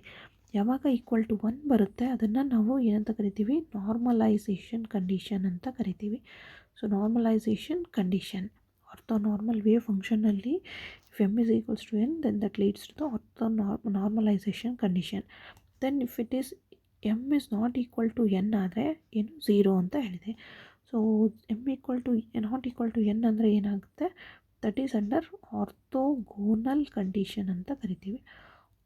ನಾರ್ಮಲೈಸೇಷನ್ ಅಂದರೆ 1 ಬರಬೇಕು, ಆರ್ಥೋಗೋನಲ್ ಅಂದರೆ 0 ಬರಬೇಕು. ಇದು ಏನು orthogonal condition, normal condition, normality. Normality ಅಂದರೆ probability of finding than electron ಇದೇನಾ ಇಲ್ಲ ಅಂತ ಚೆಕ್ ಮಾಡೋದಕ್ಕೆ ನಾರ್ಮ್ಯಾಲಿಟಿ ಕಂಡೀಷನ್. ಇದೆ ಅಂತ ಕನ್ಫರ್ಮ್ ಆದರೆ ಏನಾಗುತ್ತೆ, ನಾರ್ಮ್ಯಾಲಿಟಿ ಕಂಡೀಷನ್ ಈಕ್ವಲ್ ಟು 1 ಆಗುತ್ತೆ. ಸಪೋಸ್ ಇಲ್ಲ ಅನ್ನೋದಾದರೆ ಏನಾಗುತ್ತೆ, ದಟ್ ಬಿಕಮ್ 0. ಸೊ 0 ಆದಾಗ ಏನಾಗುತ್ತೆ, ಇಂಟಿಗ್ರೇಷನ್ನು if it is 0 then that is called as orthogonal condition ಅಂತ ಕರಿತೀವಿ. ನಾರ್ಮಲ್ ಅಂದರೆ ಏನು, first one normalisation condition plus orthogonal condition ಎರಡನ್ನೂ ಕಂಬೈನ್ ಮಾಡಿ ಬರೋದನ್ನು ಆರ್ಥೋಗೋನಲ್ ವೇವ್ ಫಂಕ್ಷನ್ ಅಂತ ಕರಿತೀವಿ. ಈ ಆರ್ಥೋಗೋನಲ್ ವೇವ್ ಫಂಕ್ಷನ್ಗೆ ನಾವು ಇನ್ನೊಂದು ಯೂಸ್ ಮಾಡೋದೇನು, ಕ್ರೋನೆಕರ್ ಡೆಲ್ಟಾ ಸಿಂಬಲ್. ಸೊ ಈ ಕ್ರೋನೆಕರ್ ಡೆಲ್ಟಾ ಸಿಂಬಲ್ನ ನಾವು ಏನಂತ ಬರಿತೀವಿ, equal to 1 if m is not equal to n, 0 if it is not equal to n. Equal to n ಬರೆದಾಗ normalisation condition, not equal to n ಬರೆದಾಗ orthogonal condition ಅಂತ ಹೇಳ್ತೀವಿ. ಇದಿಷ್ಟು ಏನು ನಾರ್ಮಲ್ ವೇವ್ ಫಂಕ್ಷನ್. ಸೊ ನಿಮಗೆ ಇದೆಲ್ಲ concepts ಅರ್ಥ ಆಗ್ತಾ ಇದೆ ಅಂತ ಅಂದ್ಕೊತೀನಿ. ಇದರಲ್ಲಿ ನಾನು ಜಸ್ಟ್ ಬೇಸಿಕ್ಸ್ ಅಷ್ಟೇ ತೊಗೊಂಡಿದ್ದೀನಿ ಈ ವಿಡಿಯೋದಲ್ಲಿ, ಇನ್ನೂ ಜಾಸ್ತಿ ಇದೆ. ನಿಮಗೆ ಈ ಕಾನ್ಸೆಪ್ಟ್ಸ್ ಹೆಲ್ಪ್ಫುಲ್ ಅನಿಸ್ತಾ ಇದೆ ಅಂದರೆ ಸಜೆಸ್ಟ್ ಮಾಡಿ, ವಿಡಿಯೋನ ಸ್ಕಿಪ್ ಮಾಡಲಾರ್ದೆ ಕೊನೆ ತನಕನೂ ನೋಡಿ. ಸೊ ವಿಡಿಯೋ ನಿಮಗೆ ಯೂಸ್ಫುಲ್ ಅನಿಸ್ತಾ ಇದೆ ಅಂದರೆ ಸಜೆಷನ್ಸ್ ಕೊಡ್ರಿ ಅಂತ ಅಂದರೆ ನಿಮಗೆ ನೆಕ್ಸ್ಟ್ ಯಾವ ಥರ ವೀಡಿಯೋಸ್ ಮಾಡಬೇಕು ಅನ್ನೋದ್ರ ರಿಲೇಟೆಡ್ ಸಜೆಷನ್ಸ್ ಕೊಡ್ರಿ. ಪ್ಲಸ್ ಏನು ನೀವು ಈ ವಿಡಿಯೋಸ್ನ ಅಪ್ಲೋಡ್ ಮಾಡಿದ್ಮೇಲೆ ಈ ಕಾನ್ಸೆಪ್ಟ್ಸ್ನ ಯೂಸ್ ಮಾಡ್ಕೊಂಡ್ಬಿಟ್ಟು ಪ್ರೀವಿಯಸ್ ಇಯರ್ ಕ್ವೆಶನ್ಸ್ ಏನು ಬಂದಿದೆ ಅದನ್ನು ಸಾಲ್ವ್ ಮಾಡೋದಕ್ಕೆ ಟ್ರೈ ಮಾಡಿ. ಸೊ ಟ್ರೈ ಮಾಡಿದಾಗ ನಿಮಗೆ ಗೊತ್ತಾಗುತ್ತೆ, ಲೈಕ್ ಕ್ವಾಂಟಮ್ ಮೆಕ್ಯಾನಿಕ್ಸಿಂದ ಯಾವ ರೀತಿ ಕ್ವೆಶನ್ಸ್ ಬಂದಿದೆ ಅಂತ ಗೊತ್ತಾಗುತ್ತೆ. ನಾನು ಈ ವಿಡಿಯೋದಲ್ಲಿ ಇನ್ನೂ ಕಂಪ್ಲೀಟಾಗಿ ನಾನು ಕ್ವಾಂಟಮ್ ಮೆಕ್ಯಾನಿಕ್ಸ್ ಬಗ್ಗೆ ಹೇಳಿಲ್ಲ. ಸೊ ಹಾಗಾಗಿ ಎಷ್ಟು ಹೇಳಿದ್ದೀನಿ ಅಷ್ಟನ್ನು ನೀವು ಯೂಸ್ ಮಾಡಿಕೊಂಡು ನೋಡ್ಬೋದು ಅಂತ ಹೇಳ್ತೀವಿ. So operators, next one is operators. Operators ಅಂದರೆ ಏನು, rule or mathematical instruction which can be used to change one function to another. So ಯಾವುದಾದ್ರೂ ಒಂದು ಫಂಕ್ಷನಿಂದ ಇನ್ನೊಂದು ಫಂಕ್ಷನ್ಗೆ ಚೇಂಜ್ ಮಾಡಬೇಕಂದ್ರೆ ಯಾವುದಾದ್ರೂ ಒಂದು ಆಪರೇಟರ್ನ ಯೂಸ್ ಮಾಡ್ತೀವಿ. ಸೊ ಅದನ್ನು ನಾವು ಆಪರೇಟರ್ ಅಂತ ಕರಿತೀವಿ. ಸಪೋಸ್ ಫಾರ್ ಎಕ್ಸಾಂಪಲ್ ಎ ಅನ್ನೋದು operator, we are using on F of X and the resultant we get it as G of X ಅಂತ ಹೇಳ್ತೀವಿ. So eigen value, eigen function ಅಂದರೆ ಏನು ಅಂತ ನೋಡೋಣ. Suppose eigen value of equation a cap psi of x is equals to lambda into psi of x. ಇಲ್ಲಿ psi of x ಇಂದ start ಮಾಡ್ತೀರಿ ಮತ್ತು psi of x ಬರುತ್ತೆ. ಸೊ ಇಲ್ಲಿ psi of x ಇಂದ ಸ್ಟಾರ್ಟ್ ಮಾಡಿ ಮತ್ತು psi of xಗೆ ಬಂದರೆ then that equation we call it as eigen value equation ಅಂತ ಕರಿತೀವಿ. ಸೊ ಐಗನ್ ವ್ಯಾಲ್ಯೂ ಈಕ್ವೇಷನ್ ಅಂತ ಕರೆಯೋದಕ್ಕೆ suppose lambda is eigen value of operator A cap. ಲ್ಯಾಂಬ್ಡಾನ ನಾವೇನಂತ ಕರಿಬೋದು, ಐಗನ್ ವ್ಯಾಲ್ಯೂ ಆಪರೇಟರ್ ಅಂತ ಕರಿತೀವಿ. ಆಪರೆಂಡ್ ಸೈ ಆಫ್ ಎಕ್ಸ್ ಯಾವುದ್ರ ಮೇಲೆ ಆಪ್ರೇಟ್ ಮಾಡ್ತಾ ಇದ್ರಿ, that is psi of x. So that is called as operand ಅಂತ ಕರಿತೀವಿ. Eigen function of the operator E cap is eigen value. So ಇದ್ರ ಮೇಲೆ ಏನು ಇಂದು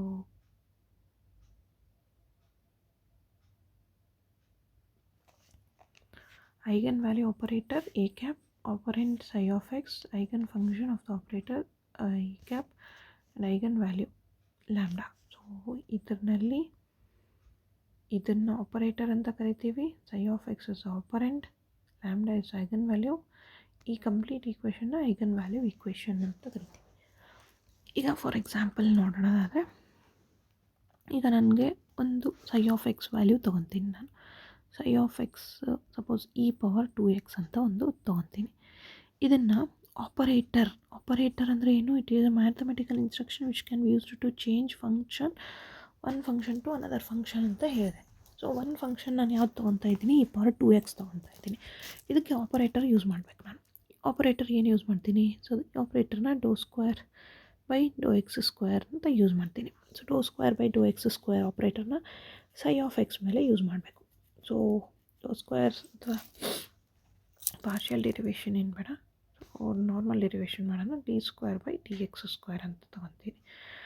ಸೊ ಇದು ಏನಾಗುತ್ತೆ, psi of x operand, A cap operator. ಈ ಆಪರೇಟರ್ನ ಇದ್ರ ಮೇಲೆ ಅಪ್ಲೈ ಮಾಡ್ತೀನಿ. ಸೊ ಅಪ್ಲೈ ಮಾಡಿದಾಗ ಏನಾಗುತ್ತೆ, A cap psi of x is equals to d square by dx square into e power 2x ಅಂತ ಬರಿತೀನಿ. ಈಗ d square by D X square into 2xನ ನಾವೇನಂತ ಬರಿಬೋದು, d by D x of e power 2x ಅಂತ ಬರಿತೀರಿ. So ಈಗ d by D x of e power 2x ಅಂದರೆ ಏನು ಬರುತ್ತೆ ನಮಗೆ, first one d by D x of e power 2x ಅಂದರೆ this can be written as 2 into e power 2x ಆಗುತ್ತೆ. 2 constant ಆಗಿರೋದ್ರಿಂದ ಹೊರಗಡೆ ತೊಗೊತೀನಿ, ಇದನ್ನು ಇಲ್ಲಿ ಕಂಟಿನ್ಯೂ ಮಾಡ್ತೀನಿ.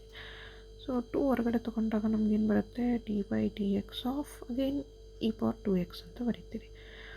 ಸೊ ಈಗ ಮತ್ತೆ ಇದನ್ನು ಡಿಫ್ರೆನ್ಷಿಯೇಟ್ ಮಾಡಿದ್ರೆ ಏನು ಬರುತ್ತೆ, 2 ಫಸ್ಟ್ಗಿರೋದು ಮತ್ತೆ ಇನ್ನೊಂದ್ಸಲ ಡಿಫ್ರೆನ್ಷಿಯೇಟ್ ಮಾಡಿದಾಗ 2 ಬರುತ್ತೆ, ಮತ್ತು e power 2x. So 2 2s are 4. So 4 into e power 2x. So ಈಗ ನಮ್ಗೆ ಆನ್ಸರ್ ಏನಂತು 4 into e power 2x. Start ಮಾಡಿದ್ದೆಲ್ಲಿಂದ ಇಲ್ಲಿಂದ d square by D X square e power 2x is equals to 4 into e power 2x.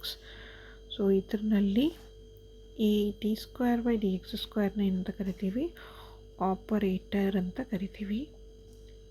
E power 2xನ ಆಪರೆಂಡ್ ಅಂತ ಕರಿತೀವಿ. And 4ನ eigen value ಅಂತ ಕರಿತೀವಿ. And ಇದನ್ನು ಐಗನ್ ಫಂಕ್ಷನ್ ಅಂತ ಕರಿತೀವಿ. ಆ್ಯಂಡ್ ಈ ಟೋಟಲ್ ಈಕ್ವೇಷನ್ ಏನಿದೆ that is called as eigen value function ಅಂತ ಕರಿತೀವಿ. ಸೊ ಇದು ಐಗನ್ ವ್ಯಾಲ್ಯೂ ಫಂಕ್ಷನ್ ಬಗ್ಗೆ ಇಷ್ಟು ಗೊತ್ತಿರಬೇಕು. ನಾನು ಎಕ್ಸಾಂಪಲ್ಲು ಇ ಪವರ್ 2x ತೊಗೊಂಡು ಮಾಡಿದೆ. ನೀವು ಎಫ್ ವ್ಯಾಲ್ಯೂನ ಸೈನ್ 2x ಅಂತ ತೊಗೊಂಡು ಮಾಡಿ. ಸೊ ಸೈನ್ 2x ಅಂತ ತೊಗೊಂಡು ಮಾಡಿದ್ರೆ ನಿಮಗೆ ಆಪರೇಟರ್ ಇದೇ ಆಪರೇಟರ್ ಯೂಸ್ ಮಾಡಿರಿ, d square by D X square ಆಪರೇಟರ್ನ ಯೂಸ್ ಮಾಡಿಬಿಟ್ಟು ಏನು ಐಗನ್ ವ್ಯಾಲ್ಯೂ ಫಂಕ್ಷನ್ ಈಕ್ವೇಷನ್ ಹೌದಾ ಅಲ್ಲ ಅಂತ ಚೆಕ್ ಮಾಡಬೇಕು. ಸೊ ಐಗನ್ ವ್ಯಾಲ್ಯೂ ಈಕ್ವೇಷನ್ ಹೌದಾ ಅಲ್ಲ ಅಂತ ಚೆಕ್ ಮಾಡಿ ನನಗೆ ಇದ್ರದ್ದು ಆನ್ಸರ್ನ ಕಮೆಂಟ್ ಮಾಡಿ. ಆ್ಯಂಡ್ ಇದ್ರದ್ದು ಬರೋದು ಐಗನ್ ವ್ಯಾಲ್ಯೂನ ಕೂಡ ಕಮೆಂಟ್ ಮಾಡಿ. ಐಗನ್ ವ್ಯಾಲ್ಯೂ ಏನು ಬರುತ್ತೆ ಅಂತ ಕಮೆಂಟ್ ಮಾಡಿ, ಪ್ಲಸ್ ಇದ್ರದ್ದು whether it is an eigen value equation or not ಅಂತ ಕಮೆಂಟ್ ಮಾಡಿ. ಸೊ ಅದನ್ನು ಕಮೆಂಟ್ ಮಾಡಿದ್ರೆ ನಿಮಗೆ ಐಗನ್ ವ್ಯಾಲ್ಯೂ ಫೈಂಡ್ ಔಟ್ ಮಾಡೋದು ಅರ್ಥ ಆಗಿದೆ ಅಂತ ಅಂದ್ಕೊತೀನಿ. ಸೊ ನೆಕ್ಸ್ಟ್ ಇದರಲ್ಲಿ ಆಪರೇಟರ್ಸ್ ಬಗ್ಗೆ ಹೇಳ್ತಾ ಇದ್ದೀನಿ. ಆಪರೇಟರ್ಸ್ನಲ್ಲಿ ನೋಡೋದಾದರೆ ಅಬ್ಸರ್ವೇಬಲ್ ಇನ್ ಕ್ಲಾಸಿಕಲ್ ಮೆಕ್ಯಾನಿಕ್ಸ್ನಲ್ಲಿ ಪೊಸಿಷನ್ನ XYZ ಅಂತ ಬರೀತೀರಿ. ಸೇಮ್ ಕ್ವಾಂಟಮ್ ಮೆಕ್ಯಾನಿಕ್ಸ್ನಲ್ಲಿ ಕೂಡ XYZ, ಟೈಮು T, ಲೀನು T. ಬಟ್ ಮೊಮೆಂಟಮ್ PXನ ನಾವು ಕ್ವಾಂಟಮ್ ಮೆಕ್ಯಾನಿಕ್ಸ್ನಲ್ಲಿ ಏನಂತ ಬರೀತೀರಿ, minus i H cut do by do x ಅಂತ ಬರೀತೀರಿ. PYನ minus i H cut do by do y ಅಂತ ಬರೀತೀರಿ. ದೆನ್ PZನ ನಾವೇನಂತ ಬರೀತೀರಿ, minus i H cut do by do z ಅಂತ ಬರೀತೀರಿ. ಎನರ್ಜಿನ minus i H cut do by Dow t. ಇದು ಮೋಸ್ಟ್ ಇಂಪಾರ್ಟೆಂಟ್, ಯಾಕಂದರೆ ಇದ್ರದ್ದು ರಿಲೇಟೆಡ್ ಕ್ವೆಶನ್ ಕೇಳಿದರು. ಏನೋ operator name the operator given for energy ಅಂತ ಕೇಳಿದರು. ಸೊ ಹಾಗಾಗಿ ನಿಮಗೆ ಆಪರೇಟರ್ಸ್ ಏನು ಅಂತ ಗೊತ್ತಿರಬೇಕು. ದೆನ್ ಆ್ಯಂಗ್ಯುಲರ್ ಮೊಮೆಂಟಮ್ ಆಪರೇಟರ್ ಅಂತ ನೋಡೋದಾದರೆ angular momentum is given by linear momentum into r ಅಂತ ಬರೀತೀರಿ, r cross p. So linear momentum ಬರೀಬೇಕು ಅಂದರೆ ನಾವೇನಂತ ಬರೀತೀರಿ, LX LY LZ ಈ ರೀತಿ ಬರೀತೀರಿ. ಸೊ ಅದರಲ್ಲಿ ಮೊಮೆಂಟಮ್ ಆಪರೇಟರ್ ಯೂಸ್ ಮಾಡಿದಾಗ PZ ಅಂದರೆ minus i H cut do by do z, PY ಅಂದರೆ minus i H cut do by do y, PX ಅಂದರೆ minus i H cut do by do x. Similarly PZ PY BX use ಮಾಡಿದರೆ operators use ಮಾಡಿ ಬರ್ತಿರೋದು angular momentum operator. Okay, then next comes the expectation values. So ಎಕ್ಸ್ಪೆಕ್ಟೇಷನ್ ವ್ಯಾಲ್ಯೂಸ್ನ ಏನು ಅಂತ ನೋಡೋಣ. Expectation values are the average of the result of a large number of measurements of independent systems. So expectation value ಅಂದರೆ ಏನು ಅಂತ ನೋಡೋದಾದರೆ it is the large number of measurements on independent systems. So ಯಾವುದಾದ್ರೂ ಒಂದು ಫಂಕ್ಷನ್ದು expectation value ಜಾಸ್ತಿ ಇದ್ರದ್ದು ಇದ್ದಾಗ ನಾವು ಏನು ಆವ್ರೇಜ್ ಫೈಂಡ್ ಔಟ್ ಮಾಡ್ತೀವಿ. ಸೊ ಆವ್ರೇಜ್ ಫೈಂಡ್ ಔಟ್ ಮಾಡಿದಾಗ ನಾವು ಅದನ್ನು ಏನಂತ ಕರಿತೀವಿ, ಎಕ್ಸ್ಪೆಕ್ಟೇಷನ್ ವ್ಯಾಲ್ಯೂ ಅಂತ ಕರಿತೀವಿ. ಸೊ ಆವ್ರೇಜ್ ಹೆಂಗೆ ಫೈಂಡ್ ಔಟ್ ಮಾಡ್ತೀವಿ, ಸಪೋಸ್ ನಾವು ಏನು ಸ್ಕೂಲ್ನಲ್ಲಿದ್ದಾಗ ಮಾರ್ಕ್ಸ್ ನೋಡ್ತೀವಿ, English, Kannada, Hindi, maths, science, social, ಇಷ್ಟರದ್ದು ಒಂದಿಷ್ಟು ಮಾರ್ಕ್ಸ್ ಬಂದಿರುತ್ತೆ. ಸೊ ಸ್ಟೂಡೆಂಟ್ದು ಒಂದು ಮಾರ್ಕ್ಸ್ ಬಂದಿರುತ್ತೆ. ಆ್ಯಾವರೇಜ್ ಮಾರ್ಕ್ಸ್ ಎಷ್ಟು ಅಂತ ಕ್ಯಾಲ್ಕುಲೇಟ್ ಮಾಡಬೇಕಾದ್ರೆ ನಾವೇನು ಮಾಡ್ತೀವಿ, sum of all subject marks divided by total number of subjects ಮಾಡ್ತೀವಿ. ಸೊ ಆವಾಗ ನಮಗೇನು ಬರುತ್ತೆ, ಒಂದು ವ್ಯಾಲ್ಯೂ ಬರುತ್ತೆ. ಸೊ ಆ ವ್ಯಾಲ್ಯೂನ ನಾವೇನಂತ ಕರಿತೀವಿ, ಆ್ಯಾವ್ರೇಜ್ ವ್ಯಾಲ್ಯೂ ಅಂತ ಕರಿತೀವಿ. ಸೊ ಅದೇ ಆ್ಯಾವ್ರೇಜ್ ವ್ಯಾಲ್ಯೂನ ನಾವು ವೇವ್ ಫಂಕ್ಷನ್ಸ್ನಲ್ಲಿ ನೋಡೋದಾದಾಗ ಏನು ಮಾಡ್ತೀವಿ, average of A result of A large number of measurements of independent systems. ಅದೇ ರೀತಿ ನಾವು ಬೇರೆ ಬೇರೆ ಬೇರೆ ಸಿಸ್ಟಮ್ಸ್ ಇದ್ದಾಗ ಅದೆಲ್ಲ ಸಿಸ್ಟಮ್ಸ್ದು ವ್ಯಾಲ್ಯೂಸ್ನ ತೊಗೊಂಬಿಟ್ಟು ಆ್ಯಾವ್ರೇಜ್ ಮಾಡಿದಾಗ ನಮಗೇನು ಬರುತ್ತೆ, so that is called as expectation value ಅಂತ ಬರಿತೀರಿ. So expectation value of any observable function f for normalised wave function may be written as a normalised wave function. Normalised wave function ಅಂದರೆ ಏನು, psi star psi value should be equal to 1 ಅಂತ ಹೇಳ್ತೀವಿ. So ಯಾವಾಗ ಅದ್ರದ್ದು value 1 ಇರುತ್ತೆ, then we can write the expectation value. So function ಎಫ್ದು ಯಾವುದಾದ್ರೂ ಒಂದು ಫಂಕ್ಷನ್ ತೊಗೊಂಡ್ರೆ ಅದರದ್ದು ಎಕ್ಸ್ಪೆಕ್ಟೇಷನ್ ವ್ಯಾಲ್ಯೂ ಏನಂತ ಬರೀತೀರಿ, psi star r, t into f of psi into r, t ಡಿ2 ಅಂತ ಬರಿತೀವಿ. So it is operator associated with observable f ಅಂತ ಬರಿತೀವಿ. ಸೊ ಹಾಗೆ ನಾವೇನಂತ ಬರಿಬೋದು, ಎಕ್ಸ್ಪೆಕ್ಟೇಷನ್ ವ್ಯಾಲ್ಯೂ ಆಫ್ ಎನರ್ಜಿನ ನಾವೇನಂತ ಬರಿಬೋದು, expectation of E is equals to psi star h psi ಅಂತ ಬರೀತೀರಿ. expectation value of momentum p is equals to h cut by I integration of psi star del psi d2 ಅಂತ ಬರೆಯೋದಾದರೆ ನಾವು ಇದಕ್ಕೆ p x p y p z ಬರಿಬೋದು. ಇಲ್ಲಿ p x p y p z ಬರ್ದಾಗ ಇಲ್ಲಿ 2/2x 2/2y 2/2z ಅಂತ replace ಮಾಡ್ಬೋದು. Then expectation value of position vector r ಬರೆದಾಗ psi star r, t r psi of r, t ಅಂತ ಇದೆ. ಇಲ್ಲಿ ಆರ್ ಪ್ಲೇಸ್ನಲ್ಲಿ ನಾವು ಏನು ಎಕ್ಸು ವೈ ಝೆಡ್ ಅಂತ ಬರಿಬೋದು. ಸೊ ಸೇಮ್ ಇಲ್ಲಿ ಕೂಡ ಎಕ್ಸ್ ವೈ ಝೆಡ್ ಅಂತ ಬರಿಬೋದು. So this is about expectation value of position vector. The expectation value of potential energy. So potential energy expectation value ಈ ರೀತಿ ಬರೀತೀರಿ. So integration of psi star r, t v of r, t psi of r, t d2 ಅಂತ ಬರೀತೀರಿ. So ಇದು expectation value of potential energy. ಇದು ಎಲ್ಲದಕ್ಕೂ condition ನಾನು ಏನು ಅಂತ ಹೇಳಿದೆ, expectation value of for normalised wave function ಅಂತ ಹೇಳಿದೆ. ನಾರ್ಮಲೈಸ್ಡ್ ವೇವ್ ಫಂಕ್ಷನ್ ಇದ್ದಾಗ ನೀವು ಡೈರೆಕ್ಟಾಗಿ ಬರಿಬೋದು. But in case if the wave function is not normalised, so not normalised wave function ಅಂದರೆ ಅವಾಗ ಏನಾಗುತ್ತೆ, expectation value changes to the probability value ಆಗಿ ಚೇಂಜ್ ಆಗುತ್ತೆ. ಸೊ ಪ್ರಾಬಬಿಲಿಟಿ ವ್ಯಾಲ್ಯೂ ಅಂದರೆ ಹೆಂಗೆ ಬರೀತೀರಿ, ಏನು number of favourable outcomes divided by total number of possible outcomes ಅಂತ ಬರೀತೀರಿ. ಸೊ ಸೇಮ್ ಅದೇ ರೀತಿಯೇ ನಾವು ಇಲ್ಲಿ ಏನು ಎಕ್ಸ್ಪೆಕ್ಟೇಷನ್ ವ್ಯಾಲ್ಯೂ ಬರೀತೀರಿ. The above formula expectation value holds good only if the wave function is size properly normalised. Normalised wave ಫಂಕ್ಷನಿಗೆ ಮಾತ್ರ ನಾವು ಬರಿತೀವಿ. ಸೊ ನಾರ್ಮಲೈಸ್ಡ್ ವೇವ್ ಫಂಕ್ಷನ್ಗೆ ಮಾತ್ರ ಬರಿತೀವಿ ಅಂತಂದರೆ ನಾವು ಸ್ವಲ್ಪ ಯೂಸ್ ಮಾಡಬೇಕು, ಅದನ್ನ ನಾಲೆಡ್ಜ್ ಯೂಸ್ ಮಾಡಬೇಕು. psi star psi equal to 1 ಬರುತ್ತೆ ನಾರ್ಮಲೈಸ್ಡ್ ವೇವ್ ಫಂಕ್ಷನ್ಗೆ. ಸೊ ಅದಕ್ಕೆ ಡಿನಾಮಿನೇಟರ್ ವ್ಯಾಲ್ಯೂ 1 ಇರೋದಕ್ಕೆ ಡೈರೆಕ್ಟಾಗಿ ನ್ಯೂಮರೇಟರ್ ವ್ಯಾಲ್ಯೂ ಬರೀತೀರಿ. But if the function is not normalised then we have to use expectation value ಏನಾಗುತ್ತೆ, integration of psi star f of operator psi d2 divided by integration of psi star psi d2 ಅಂತ ಬರೀತೀವಿ. So ಇದು ಏನು wave function. So ಇದಿಷ್ಟು basics of quantum mechanics. So just ನಿಮ್ಮ syllabus ಪೇಪರ್ನಲ್ಲಿ ನೋಡಿದ್ರೆ ನಾನು ಇನ್ನು first part wave particle reality ಮತ್ತು ಸ್ಕ್ರಾಡಿಂಜರ್ ವೇವ್ ಇಕ್ವೇಷನ್ಸ್ದು ಟೈಮ್ ಡಿಪೆಂಡೆಂಟ್ ಟೈಮ್ ಇಂಡಿಪೆಂಡೆಂಟ್ ಬಗ್ಗೆ ಮಾತ್ರ ಹೇಳಿದ್ದೀನಿ.